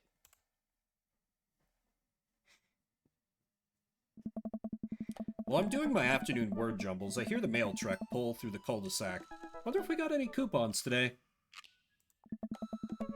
The nice mail person slides a couple letters in a large yellow envelope through the slot. Takes a couple of tries for them to get it in. Hey, my coupons! I take a closer look at the large yellow envelope. I lightly knock on Amanda's door. She probably has headphones on. Amanda? She yells through the door. What? I have something for you. Kinda busy right now, can you come back later? Okay, just thought you'd want this big old envelope we got from HIA. Yes. Immediately, Amanda pushes her door open. Oh, she's got a cool room. Horn Institute for the Arts? I mean, if you're busy, I can come back. Got this. Father, please! I hand her the envelope, which she tears open with her teeth. That's probably bad for your teeth. She doesn't seem to hear me and spits out a piece of envelope. She pulls out a letter and unfolds it. And... the suspense is killing me. This is her dream school. Oh, I thought the last one was her dream school. Okay. Okay. Rat girl. Amanda's face is unreadable. Huh? Can't believe this. Oh, honey, it's okay if you didn't... I got in! Oh! I got in! Amanda tosses the letter aside and gives me a big hug. Congrats, sweetie, that's amazing. I'm so proud of you. Huh. She pulls away and looks at the letter again. Oh my god, I really can't believe I got in. Well, of course you got in. You're a great student, you nailed that interview, and your photography is incredible. Wait, Dad, I know this one's really expensive and it's so far away. I think for a moment. HIA was one of the more expensive schools that Amanda applied to, but I know she's had her heart set on it for the longest time. Don't worry, Amanda, I can put in more hours at the business factory. It'll be tough, but we're gonna make it work. Really? Of course. Amanda hugs me again. Hey. Thanks, Dad. Okay, sweetie, we're celebrating tonight. Dinner, your choice, wherever you want. We got this. Wherever? Amanda and I walk along the bayside, tearing into our foil-wrapped burritos from a nearby food truck. Hell yes! Great choice. Food truck burritos, manna from heaven. Like, that's one of the things I don't like about Denver. It's hard to find a good food truck, because local laws make it really hard to operate a damn food truck. Not that I'm bitter. You could have chosen anywhere in Maple Bay. Cost was not a determining factor.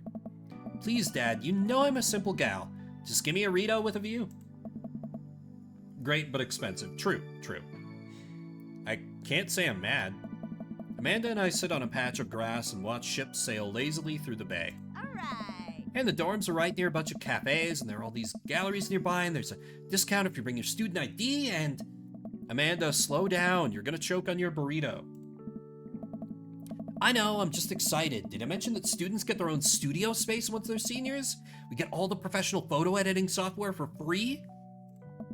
It's nice to see Amanda so enthusiastic about HIA, but I wish she wouldn't do it between bites of her burrito. Thought I taught her to chew with her mouth closed. Wonder who my roommate's gonna be. You take a survey online and they match you with someone who's a similar major and interests. I bet we're gonna be best friends. Craig and I were. A good roommate can be a lifelong friend. That's true. I mean, well, my first roommate in the dorms, we did not talk to each other after we stopped being roommates, but my second roommate in college was Mr. Drunk Emblem. But don't even get me started on bad roommates. Oh no, I'm just kidding. We didn't have a bad roommate. Our only other roommate was a puppy that Craig brought home one night.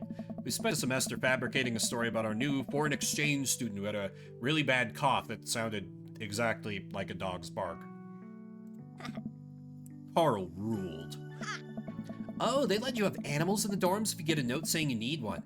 I bet I could forge one. I think I'd get a rabbit, or maybe a snake, maybe both. Would a snake eat a rabbit, though? Oh boy. I think I'll leave all that up to you. She's so excited. I don't want to disappoint her, but I need to be real for a second. So, you know I had that talk with Mr. Vega. He didn't tell you about the dumpster fire, did he? What? No. I don't want to put a damper on the good news, but I need you to knock it out of the park these last few months of school, okay?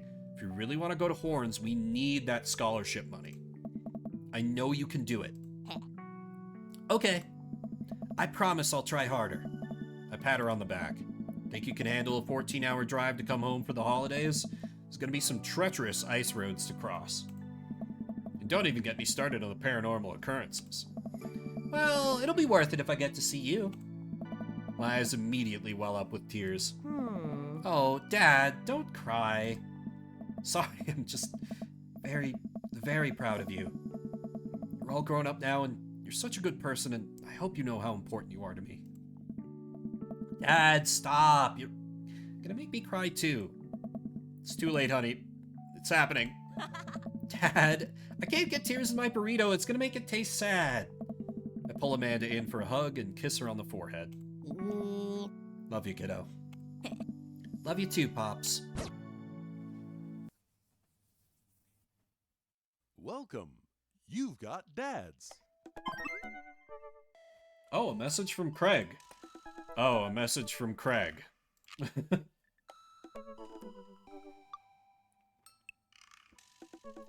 I'm crying because I'm going to be paying student loans for the rest of my life now. Probably accurate. Hey, dude, I've got the runs. Oh, I've got just the thing. I'll head to the store and grab you a real chunky milkshake, cherry licorice, book of word jungles that I find helpful in strenuous times such as these.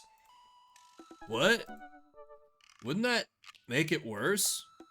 Oh, it's not for the diarrhea. Milkshakes are just comforting. Wait, why are we talking about this? By I've got the runs, I meant that I feel like running. Wanna come with me to the gym? Why do I feel less excited about that than getting you home remedies for diarrhea? Come on, man, it'll be fun. You know what? Sure. When are we doing this? There's 30 more minutes left in this meat hell marathon. I'm outside right now. I'm warming up. Okay, okay. At least let me see if Betty gets away from the wolves in time to get her pressata wrapped cheesecake out of the oven. Nope. No, we're not. No, we are not. No, sorry, Craig. So, do we just continue? I think I got one more date in me before I wrap the stream. Do we continue going for... Do we continue the Brian saga? Or do we branch out? You already said yes. Well, that was out of my control. But I mean, if you guys want me to go on a Craig date, I'll go on a Craig date. But, like, I feel like it can't possibly be as good as the Brian one.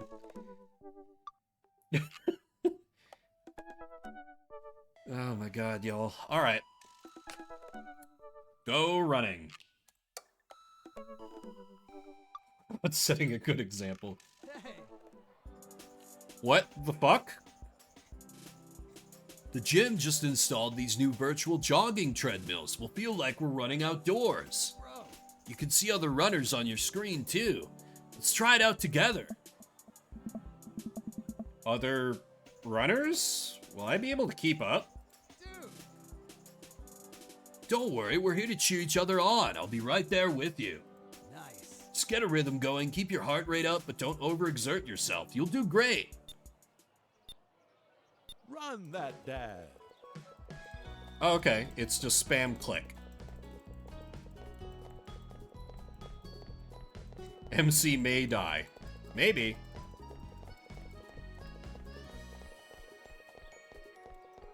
This BPM feels a little concerning.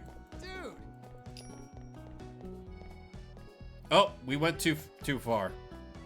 We went too hard. Craig just wanted to play Wii Sports. Yeah, that part's fine. What happens if I max it out?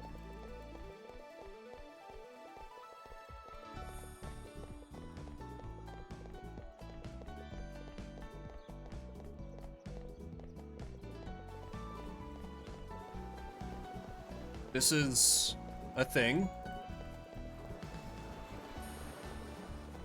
Dude. Oh, we got the eggplant. Eggplant is not good in this context. You know, just some heart palpitations, it's fine. Honestly, I do really like this style. Okay, I guess we gotta keep the heart rate right around, like, 110-ish. Oh, I can click and hold. I don't need to spam click. Oh, never mind. Bro. Emotes are eggplant and the water squirt. Oh, wait. No, I can keep spam clicking with the eggplant. They know what they're doing. They really, really do. Bless them for it.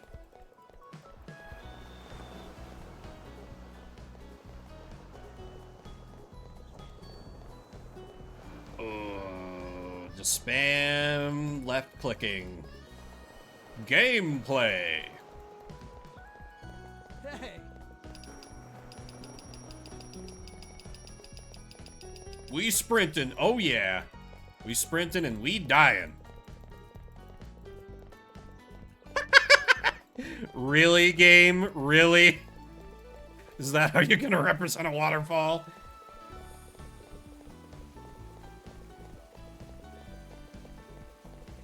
But alright, sure. Fine.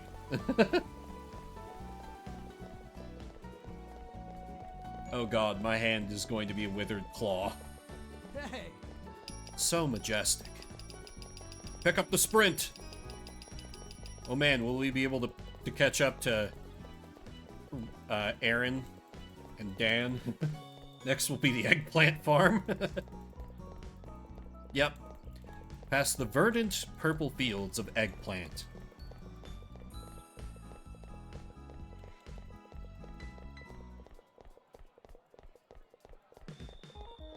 Or maybe this up here will be the end, and my suffering will be over.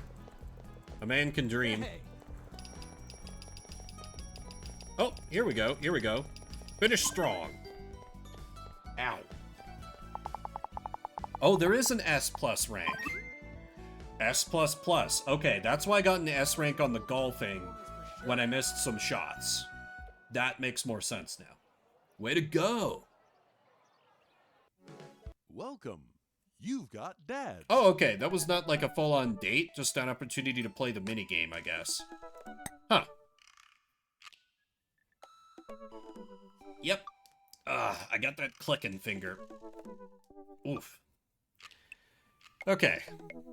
So that was not really a full date, so that's fine.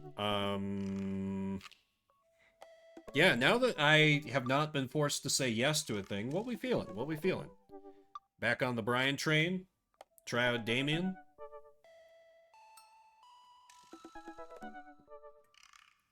I'm a little curious too. I don't think I went on any of his dates when I played before. I'm good with that. Damien Blood March. How do you do? I have finally decided to join this information superhighway. I'm not entirely sure how this works, but I will try my best to understand. I love long strolls through graveyards and spending time with my son.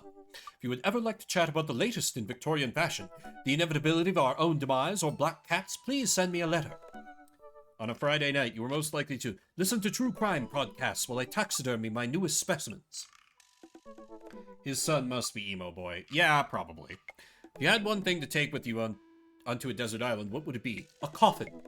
What are your turn-ons? Pronouncing bosom correctly. What did you want to be when you grew up? A bat. What's your favorite movie genre? Foreign art house horror. What's your ideal date? It's night. We are at an industrial darkwave club in Berlin. The music drums to the beat of our hearts. What do you never leave home without? An upside-down cross. Spend a lot of time thinking about mortality salience. Let's have some delicious cringe. He does play the goth card real hard. Damien seemed really interesting. A little odd, but interesting. I think I should hang out with him to get him to know a little better.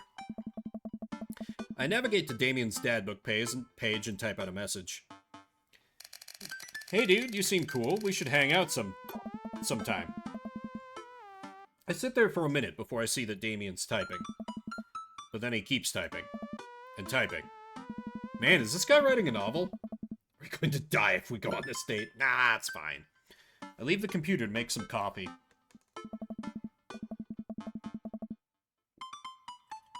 And he's still typing. I sip my coffee and the computer finally dings. Vimbert, I must confess my excitement to be receiving your kind letter, for, as you see, I do find myself available to enjoy your company. I must ask for your forgiveness for it, however, as I believe our first meeting did not paint me in as gentlemanly manner as I would have liked.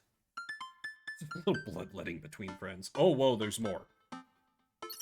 I would be highly flattered to enjoy your companionship at my residence for an afternoon tea and a stroll around my garden, should it please you. Till then, adieu. Yours humbled, D. Bloodmarch. I stare at the screen and reread the letter several more times. Hey, Amanda. Can you help me with something? Ugh. Dad, for the last time, I'm not popping your back pimples. No. Can you interpret this for me? I turn the computer to Amanda as she squints at Damien's message. I just don't understand NetSpeak. Like, is this how you kids communicate with each other now? Oh, totally. This is the hot new thing. See, Dad?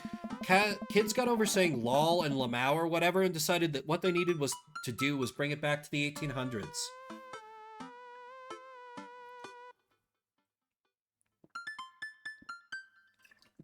That up message a few times. So, what do I do? Huh? Where's your pen and quill? What? Did you forget to unpack the pen and quill, Dad? How will we address the nobleman in regards to your upcoming debutante ball? I set that you up. It's not yet with the Riz. Exactly, Repu. Okay, now I know you're messing with me. Father, without a proper chaperone, you'll never end up with a suitor worthy of our land. Or our dowry. Or... So you read Pride and Prejudice for school one time, and now you're reciting things you know about it back to me, aren't you? Like, the first 5 pages, then I read a review of the movie. Still got a B, though. Great, so what do I say to Damien? Yeah. I got this. Amanda reaches over me and types on the keyboard. Sure thing, dude. Regards. Bimbert. Amanda's like, listen, you don't gotta try and match him. Amanda hits send and smiles at me. Well, I suppose that's that. I make the You're fucking joking. This is in the same neighborhood as my normal-ass looking house? Okay. I make the short walk over to Damien's house. Well, I guess you can't really call it a house. It's more of a manor, estate. The Gothic architecture looms above the other homes in the cul-de-sac. He's rich. I mean, that is points in his favor. I walk past a couple of gargoyles guarding the front door and look around for a doorbell. There doesn't seem to be one. I pull the large, ornately carved bat's head knocker back, and a hollow sound echoes throughout the house as I strike it against the door. I wait several moments before the door slowly creaks open. It's a little creepy, but I enter the home and take a few steps into the foyer, noting the oil portrait of who I assume are dead relatives hanging on the wall. As I'm admiring them, the front door slams shut behind me. Yeah, this dude's definitely loaded. Hello? Silence. An oil lamp in the corner flickers dimly, casting ominous shadows against the wall. Why do I feel like all the people in these paintings are staring straight at me? Why is it so cold in here? Where's Damien? Vimbert, pleasure to have you in my home. I look up and see Damien standing at the top of a majestic staircase with a walking candle holder. What's with the door slamming shut? We're gonna die. Maybe. Oh, sorry, there was a draft. And the door creaking open when I knocked? I accidentally left the door unlocked. And the creepy oil paintings? I like oil paintings. Right. Right. Please, let me show you around. Okay. Damien leads me around his house, showcasing his parlor, sitting room, auxiliary sitting room, and the parlor again, for some reason. How delightful. This is one of the older homes on the block, yes, but nowhere near as old as the architecture might suggest. Through extensive renovations, I have been able to craft a residence that is both historically accurate to the Victorian period and equipped with the amenities of any modern building. We walk past the door covered in bumper stickers, caution tape, and a black parade poster. Did they listen to My Chemical Romance in the Victorian era? That's my son's room. You know how these rebellious teenage years are. Onward, onward, there's more to see. We reach a door at the end of the hall that Damien opens with a flourish. And this is the library. Sunlight streams in from floor-to-ceiling arched windows. The walls are lined with packed bookshelves, and even more books are scattered over the period-appropriate furniture. Damien is clearly really proud of this room. For good goddamn reason. This room is awesome. I'm less into the butterflies, but like, big old private library in your home? That's fucking goals, my man.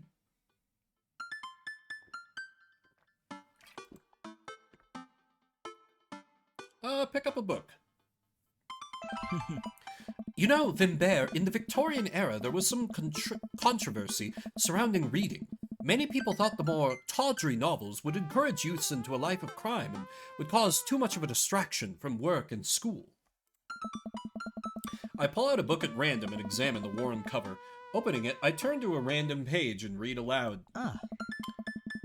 Naruto struggled against the chains that Sasuke had bound him with. Shirtless and out of breath, he looked up at Sasuke. Sasuke smirked, unbuttoning his ninja pants. Oh, he's into trashy fan fiction.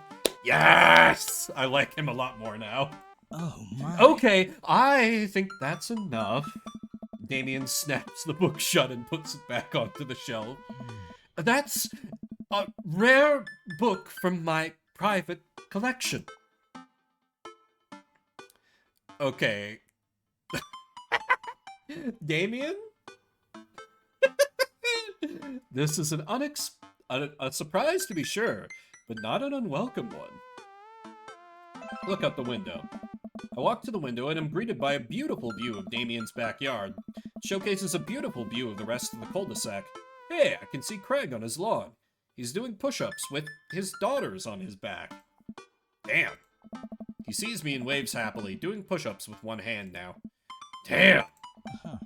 Did you know that Victorians spent at least 20 hours a week gazing longingly out of full-length windows? I don't think that's true. Wait, really? No, but Victorians did appreciate telling a good joke. Look at the butterflies. I walk up to the glass display of pinned bugs on the wall. It's pretty impressive. Nice bugs. I pinned them all myself. Maybe I could show you how sometime. I'm concerned I would stick the pin right through my finger. Ah, the pinner's gambit. Is that a thing? No. Please, will you join me for tea? Absolutely. What you got, my man? You got any white tea? I follow Damien to his sitting room, where finger foods have already been set out on a beautiful, tiered silver tray. I take a seat on one of the high-backed chairs as Damien pours and serves me some tea. Can't believe we're having a high tea. I never thought I'd get to do this. Can we block Damien when we get home? No, I'm invested now. We're doing a Damien route at some point. Maybe not this time, because we're full all in on Brian, but we're doing a Damien route. These are the consequences of chat's actions.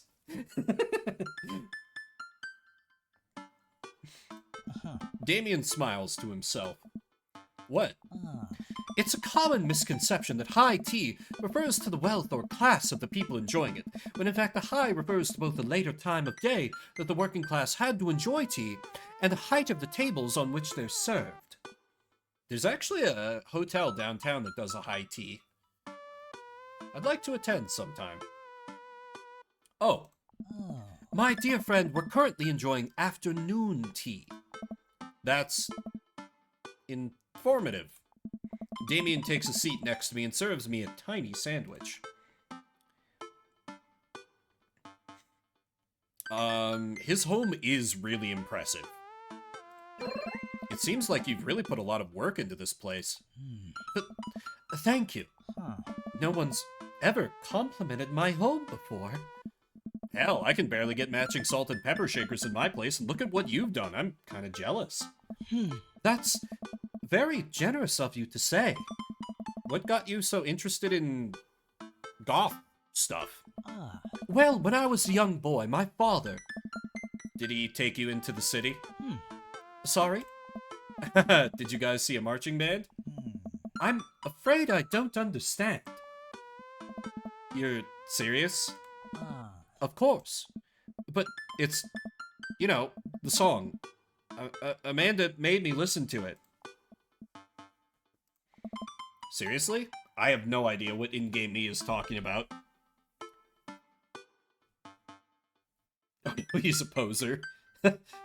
I mean, he's a poser who reads trashy fanfic. I'm into it. I'd love to see a marching band. Nevertheless, I've always had a love for art, history, and fashion. What started off as a small hobby of collecting taxidermied animals grew into sort of an obsession. It's a privilege to be able to appreciate the lives and culture of those who came before us, I think. Son of the Black Parade. This is the beginning of the lyrics from Welcome to the Black Parade from My Chemical Romance. Oh, okay. I never got into My Chemical Romance, like, at all. Why not go all the way? The closest I got to really getting into any goth stuff was a healthy appreciation for Alkaline Trio albums. And I feel like there was one more like kind of gothy band that I was into back in the teen days. But damned if I can remember it. Vim's a poser. Yes, when it comes to this, absolutely. I like not dying when I catch a cold. He takes a sip of tea. I can acknowledge that there were many very terrible things about the Victorian era. Okay, good. And to try to live a life that strictly aligns with those ideals would be admittedly horrid. But I think it takes a critical mind to truly appreciate something to the fullest, to be cognizant of its flaws and love it all the same. Tell me, Vimbert, do you have any hobbies? Oh man, I do, but I don't know if I care about anything the way you care about this stuff. Well, I'd love to hear about your interests. Hearing someone talk about the things they're passionate about is intriguing, and quite honestly, rather attractive. Oh no, he's desperate. Please, do tell me about your hobbies. Quick, sound sophisticated. I learned how to juggle once.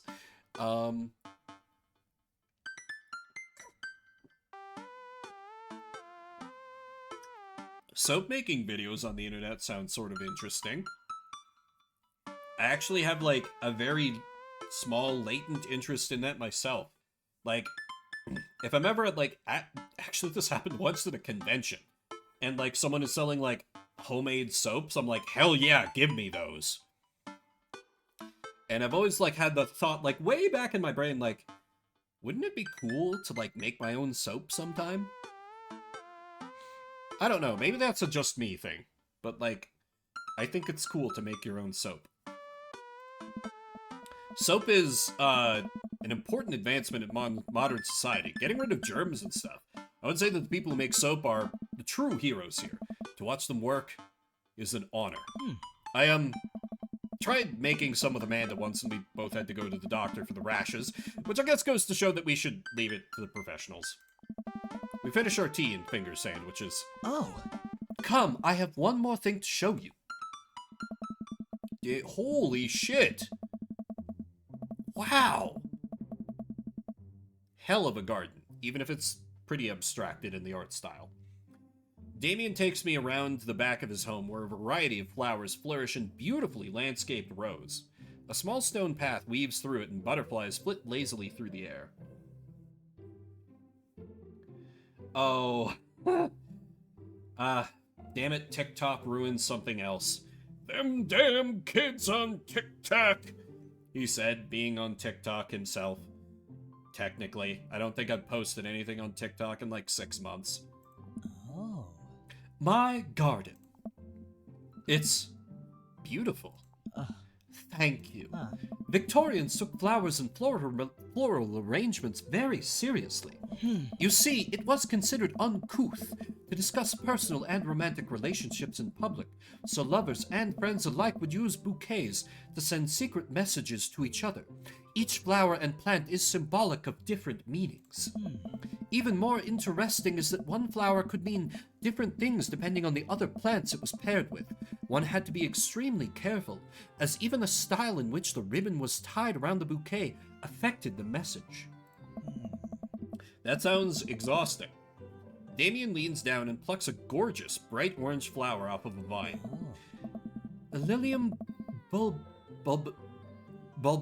The orange lily. What do you think this one means? My loins are ablaze! Thou art the tightest! 3 cheers for sweet revenge. My loins are ablaze. I like how the game's like, yeah, if you just want to be super thirsty and desperate sounding, go for it, man. We're not gonna stop you, but we're gonna laugh at you. I know that 3 Cheers for Sweet Revenge is some goth song. Then again, that's probably not, wait, but he doesn't know songs, so that's not going to be a good response.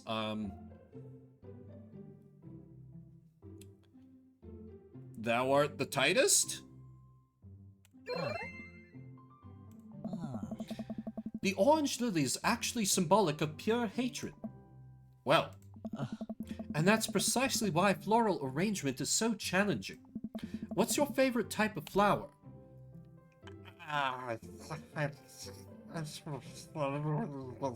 Snapdragon? Because they're cute, and you can do that thing where you squeeze them so it looks like they're talking. What a lovely choice. I'll have to remember that when I put together a bouquet for you. He would put together a bouquet for me? Nobody's ever given me a bouquet before. I follow Damien down the footpath and admire more of his beautiful flowers. Suddenly a phone rings. Oh, Vimbert, will you excuse me? I must take this. He pulls a cell phone out of his pocket.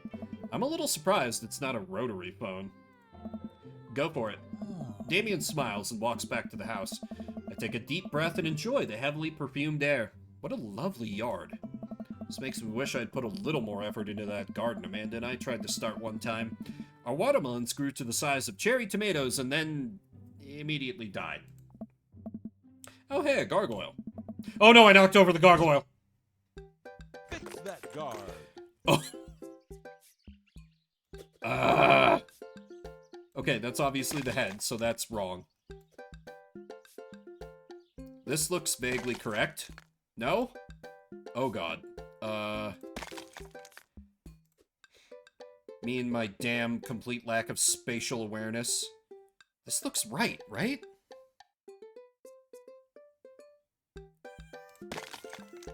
Is it not? Is it this? I'm about to fail this real hard.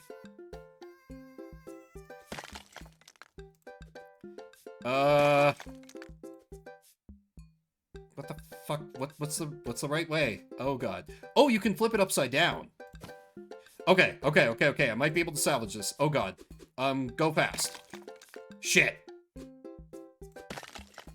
No! Out of time. Oh. Wait, you still gave me an A rank? What do you mean? I didn't fix it. Crap, I can't figure this out. Uh-oh, here comes Damien, he looks upset. Hope it's not about the Garg. Why was that voice clip so loud? My sincerest apologies to have kept you waiting. There's an urgent matter that I must attend to, so... Oh my. Vimbert, did you break my gargoyle? All I did was lean on it. Oh my. I just had it installed last week. No matter. I suppose it would give me a chance to work on my masonry skills. Now, if you'll excuse me, I'm afraid I must take my leave. That's no problem, dude. Everything all right? Damien worries the hem of his coat with his fingers and looks away. Everything is perfectly fine, but It's Lucien.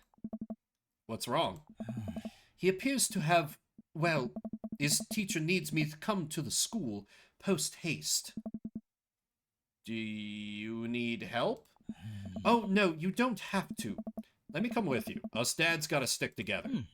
You're right. This is one of Lucien's more elaborate stunts. I would greatly treasure having another parent by my side. Let's go. Oh. Damien and I walk into the school and are immediately greeted by an anxious-looking Hugo. Hey, Damien, you're here in record time. I wouldn't miss it for the world, dear friend. Wow, whatever it is, it doesn't seem like this is Hugo and Damien's first time to the My Kids Are in Trouble rodeo. What is it this time? Oh. This, Damien, you have to see to believe. Damien and I fall into step behind Hugo, who leads us through the busy corridors of the school. We pass by several classes in session, and I vaguely wonder if Amanda's around. Hugo eventually ushers us into a small boiler room with a flight of rickety stairs leading down into the darkness. Oh, here's the part where we die. Watch your step.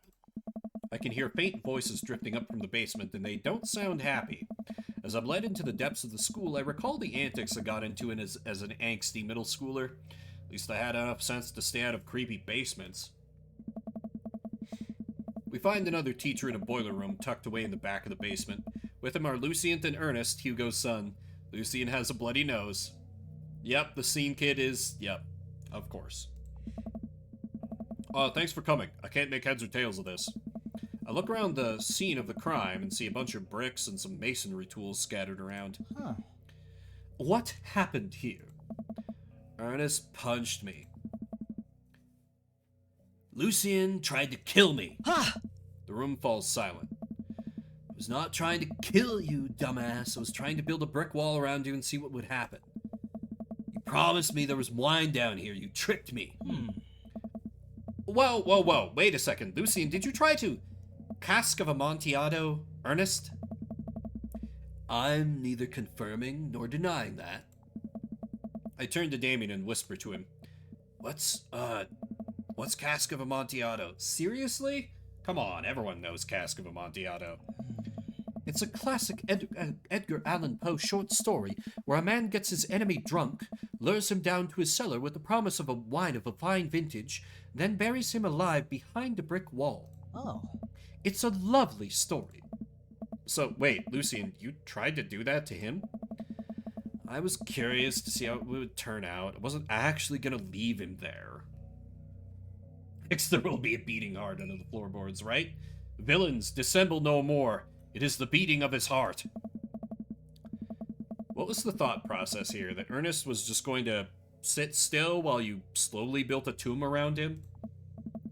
Well, it worked for like 20 minutes because he's an idiot, but then he realized that I had lied about the wine. And you were cackling maniacally. That sort of tipped me off. Ernest, 20 minutes? Dad. Huh? It took you 20 minutes. Son, we just did an entire 2-week unit on the Cask of Amontillado, and it took you 20 minutes to realize Lucien was leading you into an elaborate ruse. Did you even read the story? I read the first 5 pages and then read a review of the movie. Whoa. It's only 5 pages long and there is no movie. Haha, yeah, you're right. I paid Lucien to read it for me. Actually, he didn't even pay me, so when you think about it, this was me teaching him a lesson.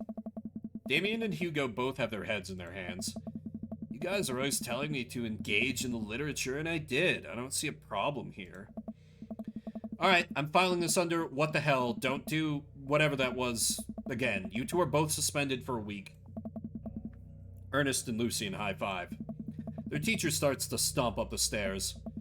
Hugo, I'll cover your class. Take your son home. Mr. Bloodmarch, you too. Thank you for your mediation. We all head up the stairs and out of the school in tense silence. Lucien, Damien, and I all pile into my car and begin to drive home. Yeah, his last name is Bloodmarch, right?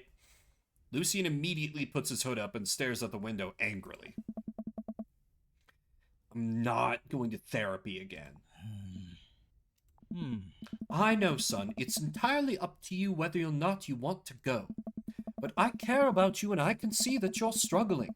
So if you do decide that you would like to speak to a professional about your feelings, we can do that too. Huh. Maybe you can spend this next week looking for a summer job, I know how much you want your own car.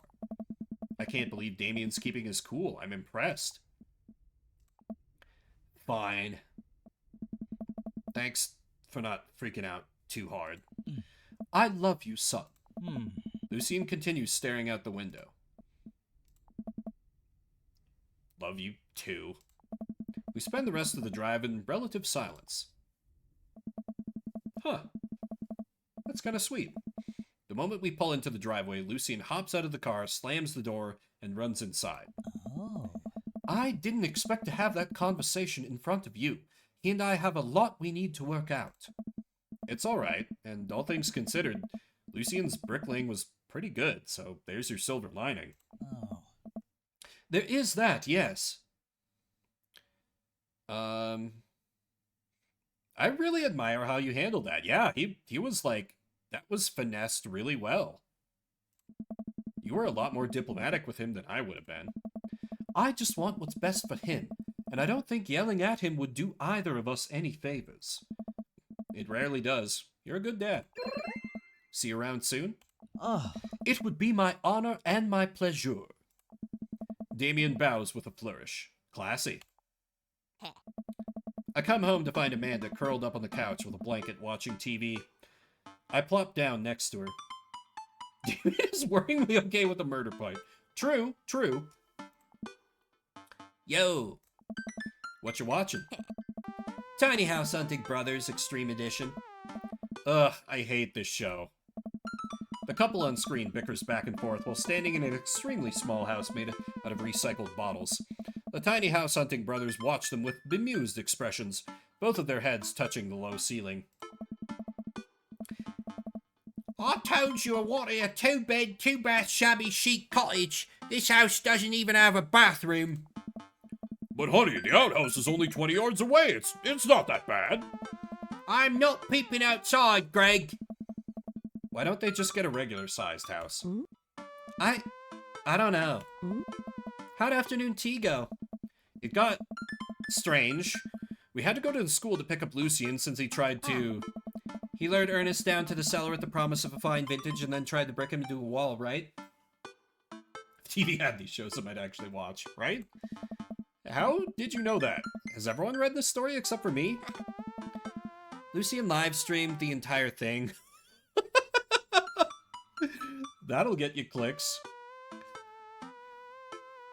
Entombing my friend alive? Not clickbait, emotional. This entire day is beyond me. But otherwise, it was a fun day. That Damien guy's a character, but he's really good company. A surprisingly diplomatic dad. I dig his style. You know what? Me too. Classic mistake, never record your crimes. True. He has a gun safety meter?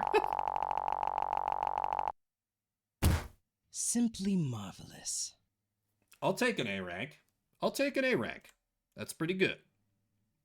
Welcome. You've got dads. We do indeed have... Oh! Message from the two of them? You know what? I'll see what that's about, and then I'll start to wrap up for the day. Hey, are you up to anything tonight? Hugo and I were planning to go to the art walk downtown, and were wondering if you would care to accompany us. I would normally write a letter longhand, but I've run out of distressed parchment paper. Whoa, why can I see Damien and Hugo's chat? Am I a hacker? But I don't even have a hacker alias. The feds are gonna bust down my door any minute now. Gotta destroy this computer. Fimbert, this is a group chat? Oh, thank God. Do either of you guys know how to destroy a computer? You can run Derek's boot and nuke from a startup flash drive, but once you've done that, it's best to physically destroy the platters altogether. The Victorians were well versed in information security. Fimbert, do you want to go see some art or not? Art is good. Let's go see art. See that art. Tip number 30, always bring a war chest. Damien and Hugo invited me to the monthly art walk in downtown Maple Bay. I've never really been to one of these before, so I'm not quite sure what I'm in for. I think I'm here a bit early. A gal at a bar once indignantly, like, was indignant that I had never been to an art walk that was, like, it's like 10 minutes from me. She's like, how have you never been to that? I'm like, I don't know. I forget that it exists. I don't see Damien or Hugo around anywhere, and I feel just a little uncomfortable standing among all these fancy art people. Vimbert? I turn... Oh! Did you... Haha, did you like my goth impression? I turn around. It's Joseph. Joseph, what are you doing here? Oh. Joseph scoffs at me. What am I doing here? How could you ask me that? I'm obviously a huge art... Appreciatist? Oh. Yeah. Okay, fine. Damien invited me to this art walk thing. I'm guessing he invited you too? I've seen Damien or Hugh go anywhere. Yep, admittedly a little out of my depth here. Oh. Oh, thank God. I thought it was going to be the odd one out. Are you allowed to say that? Say what? You know, thank God? Yep. I actually get double points when I say it since I'm a minister. Oh. The points get you into heaven. That's how it works. Anyway, where are the guys? I look and spot Hugo and Damien, who seem to have just arrived at the gallery. Good eve, good eve, good eve. Evening, friends. Oh. Who's ready for some art? Art is dead and nothing is real. I have no idea what I'm in for. Yeah. Same. Ah. All you have to know is that if you're ever feeling overwhelmed, there's generally always a table that has free wine and cheese. It's true, like, trying to take in a lot of art can be exhausting. Like, it's just like, it can be kind of like information overload if you do it too much at once. You gotta pace yourself when you're looking at a bunch of art. I like art now. Oh. I've got the table in my sights. Now, if you excuse me, I'm gonna go help myself to some tiny wines. Realistically, I would want cheese and tiny wine, but it's Joseph, so let's talk art. Because Joseph. So, what's this first place? This particular artist specializes in landscape painting of various locales within the American Northeast. I look at the art. It is rad art. I actually have some art in my home. It was, actually painted by my late grandma. She took it up as a hobby and did a lot of landscapes. I'm glad I have a lot of paintings of hers, something to remember her by. At the risk of sounding uninformed, do all of these landscapes look like butts to you guys? Oh. Damien and Hugo lean in, examining the paintings in earnest. It would appear as if you are correct. Valid assessment, Vimbert. Hey, this art stuff's pretty easy. Oh. Oh, it gets more complicated. Sometimes the butts are more symbolic. Sometimes the butts are metaphors. Sometimes art is about the butts they don't draw. Interesting. Joseph returns to our group with tiny cheese and wine. What'd I miss? Oh. The butts. Oh. Shame. The cheese is nice, though. Oh. Shall we visit the next place? We leave the first gallery and walk a few minutes before we reach another one. This gallery is a bit more crowded. Huge paintings of... I'm not even sure. Hang on the walls. Huh? Oh, geez. What am I looking at here? This is abstract art. I think the more important question is, what does this art mean to you? I stare at the painting, concentrating as hard as I can on its meaning. It's a butt.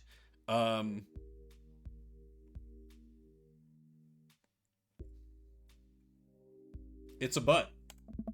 It's a butt. Everyone else stares at the painting. Yeah, that's definitely a butt.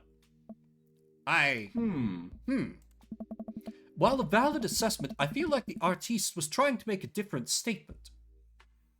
Damien and Hugo are clearly made for each other. They kinda are. Probably how much you like butts. You are a servant of the Lord. Yeah.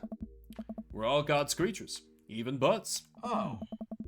Comparing this piece to the artist's body of work, I'm pretty sure this represents the sense of isolation he feels, creating traditional abstract artwork in a field that's rapidly moving towards digitization.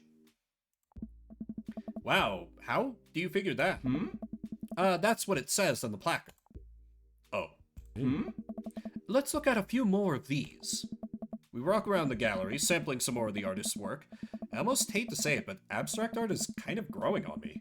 It's interesting that the artist chooses not to let their work be defined by, what's the word? Realism? Realism. As we're looking at one of the paintings, a patron scoffs loudly. I could do that. Oh. Excuse me? What? Hugo, not here. No, come back here. The patron walks away, not noticing Hugo fuming right next to him. Oh. You say you could do that, but you didn't. You don't seem to have the intellectual depth or the artistic skill to execute a piece even a fraction as impressive as this one. Art is the truest expression of the self, and it seems like your self is bad, so your art would be bad. Hugo's insult game isn't the best, but there's no denying his passion. Damien is holding him back at this point. Friend, he's not worth it. I don't know. Hugo manages to cool down. He smooths his jacket. I don't know. I'm sorry, I just love art very much. We know, buddy. I pat Hugo on the shoulder. Oh. You know what would ease the mood? Is it cheese? No, Oh. it's wine and cheese. Ah. Co-signed. The four of us head over to the wine and cheese table, which thankfully is grounded in realism and is actual wine and cheese. Ah. We got one last stop on the tour. Are you lot feeling up for it? Is it going to be any weirder than this art? How delightful. It is absolutely weirder than this art. Let's do it. Hey. Ah. Damien, Hugo, Joseph, and I walk over to a performance in the street. Several masked performers in leotards undulate wildly on the ground, screaming both at each other and us. Ooh, Cracker Barrels. So, quick question. Ah. Shoot. What is happening? Yeah. I second this question. Hey. Performance art. What does it mean? Again, I pose the very same question to you, Mr. Dad's son. What? Fear of existence, maybe? What do you think they're trying to say? Oh. I believe it's less about what they're saying and more about why they're saying it. I think there's something special about performance art. With almost every other form of art, music, painting, photography, the artist uses their medium as a conduit for their emotions. Ah. With performance art, the medium is the artiste. It's the purest expression of raw human emotion. It's art as catharsis. That's beautiful, Damien. So, what you're saying is, if I start making really loud fart noises right now, it's art as long as I, really mean it? Damien fixes him with a hard stare. Hey. Yeah. I was gonna start making fart noises, but based on the look on your face, that joke isn't gonna play well with this crowd. Ah. Uh-huh. Wise. Hmm. We watch the rest of the performance as earnestly as we can, and clap politely after the dancers scream their way off stage. Whew, I think I'm all arted out. Agreed. We all decide to walk home together. Oh. We make our way back to the cul-de-sac, tiny wine and tiny cheese sloshing around in my stomach. I think what I've learned tonight, and not just what I've learned about art, which was nice and extremely informative, but what I've learned tonight is that when you put a bunch of tiny wine and shiny cheese together, it eventually becomes regular wine and regular cheese, followed by too much wine and too much cheese. Oh. The tiny cheese lulled me into a false sense of security. I felt safe with the tiny cheese. Wax wings too close to the sun. Oh. Cheese wings, those would melt in the sun too, and I feel like it's more appropriate imagery. Too much cheese, heresy. Nah, there's absolutely such a thing as too much cheese, I say. Plus, it'd be delicious. A nice, nice Emmentaler, possibly? Hey, if you guys were painters, what would you paint? Huh. I actually dabble in oils. I mostly paint landscapes. I'm not very good, but it's a nice way to pass the time. Hmm? I think I would focus on personal portraits of people in unique professions, like, for example, lucadors. Oh. I think I'd paint boats, seascapes, maybe some lighthouses. Mostly boats. Really? Hmm. Yeah, I'm surprised you're choosing boats in favor of a long history of religious imagery and artwork. What? Boats are cool. Hmm. What about you, Vimbert? Tasteful nudes of the artist?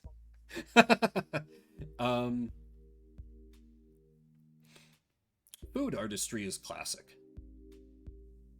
Let's go with that. Ah. I would probably do still lives of various foods, bowls of fruit, maybe some bread in there. Oh. Would there be cheese involved? See, I thought about that, and no. I can't stare at a pile of cheese for 8 hours without eating some of it, and that would ruin the whole thing. Same with me and bread, honestly. Uh-huh. Excellent point. We finally get to the cul-de-sac. Alright, boys, good art. Good art. Oh. Agreed. Hey. See you guys around. Whether you want to or not, we're all neighbors after all. I head inside to deal with my inevitable cheese over. Welcome. You've got dads. We do indeed have dads, but I find myself dadded out for now. I know, heresy. But I shall return next week with more dads. And of course, Saturday I'll be doing Shuffle Saturday. So thanks everyone for coming out. Spend a little bit of your morning, afternoon, evening, whatever time it may be for you. If you're watching the VOD after the fact, I see you. I appreciate you. Is there anyone that I can raid? Nobody I know. So I guess I'll just end off stream. Thanks again for coming out, everybody, and giving this game a chance. I know there wasn't an overwhelming amount of interest, but there was enough interest that I wanted to play this game a little more. Yeah, that does it for me. I need to get foods and stuff. Tiny Cheese may or may not be involved. Till next time, my name is Vimbert, and I'll see you around the internets.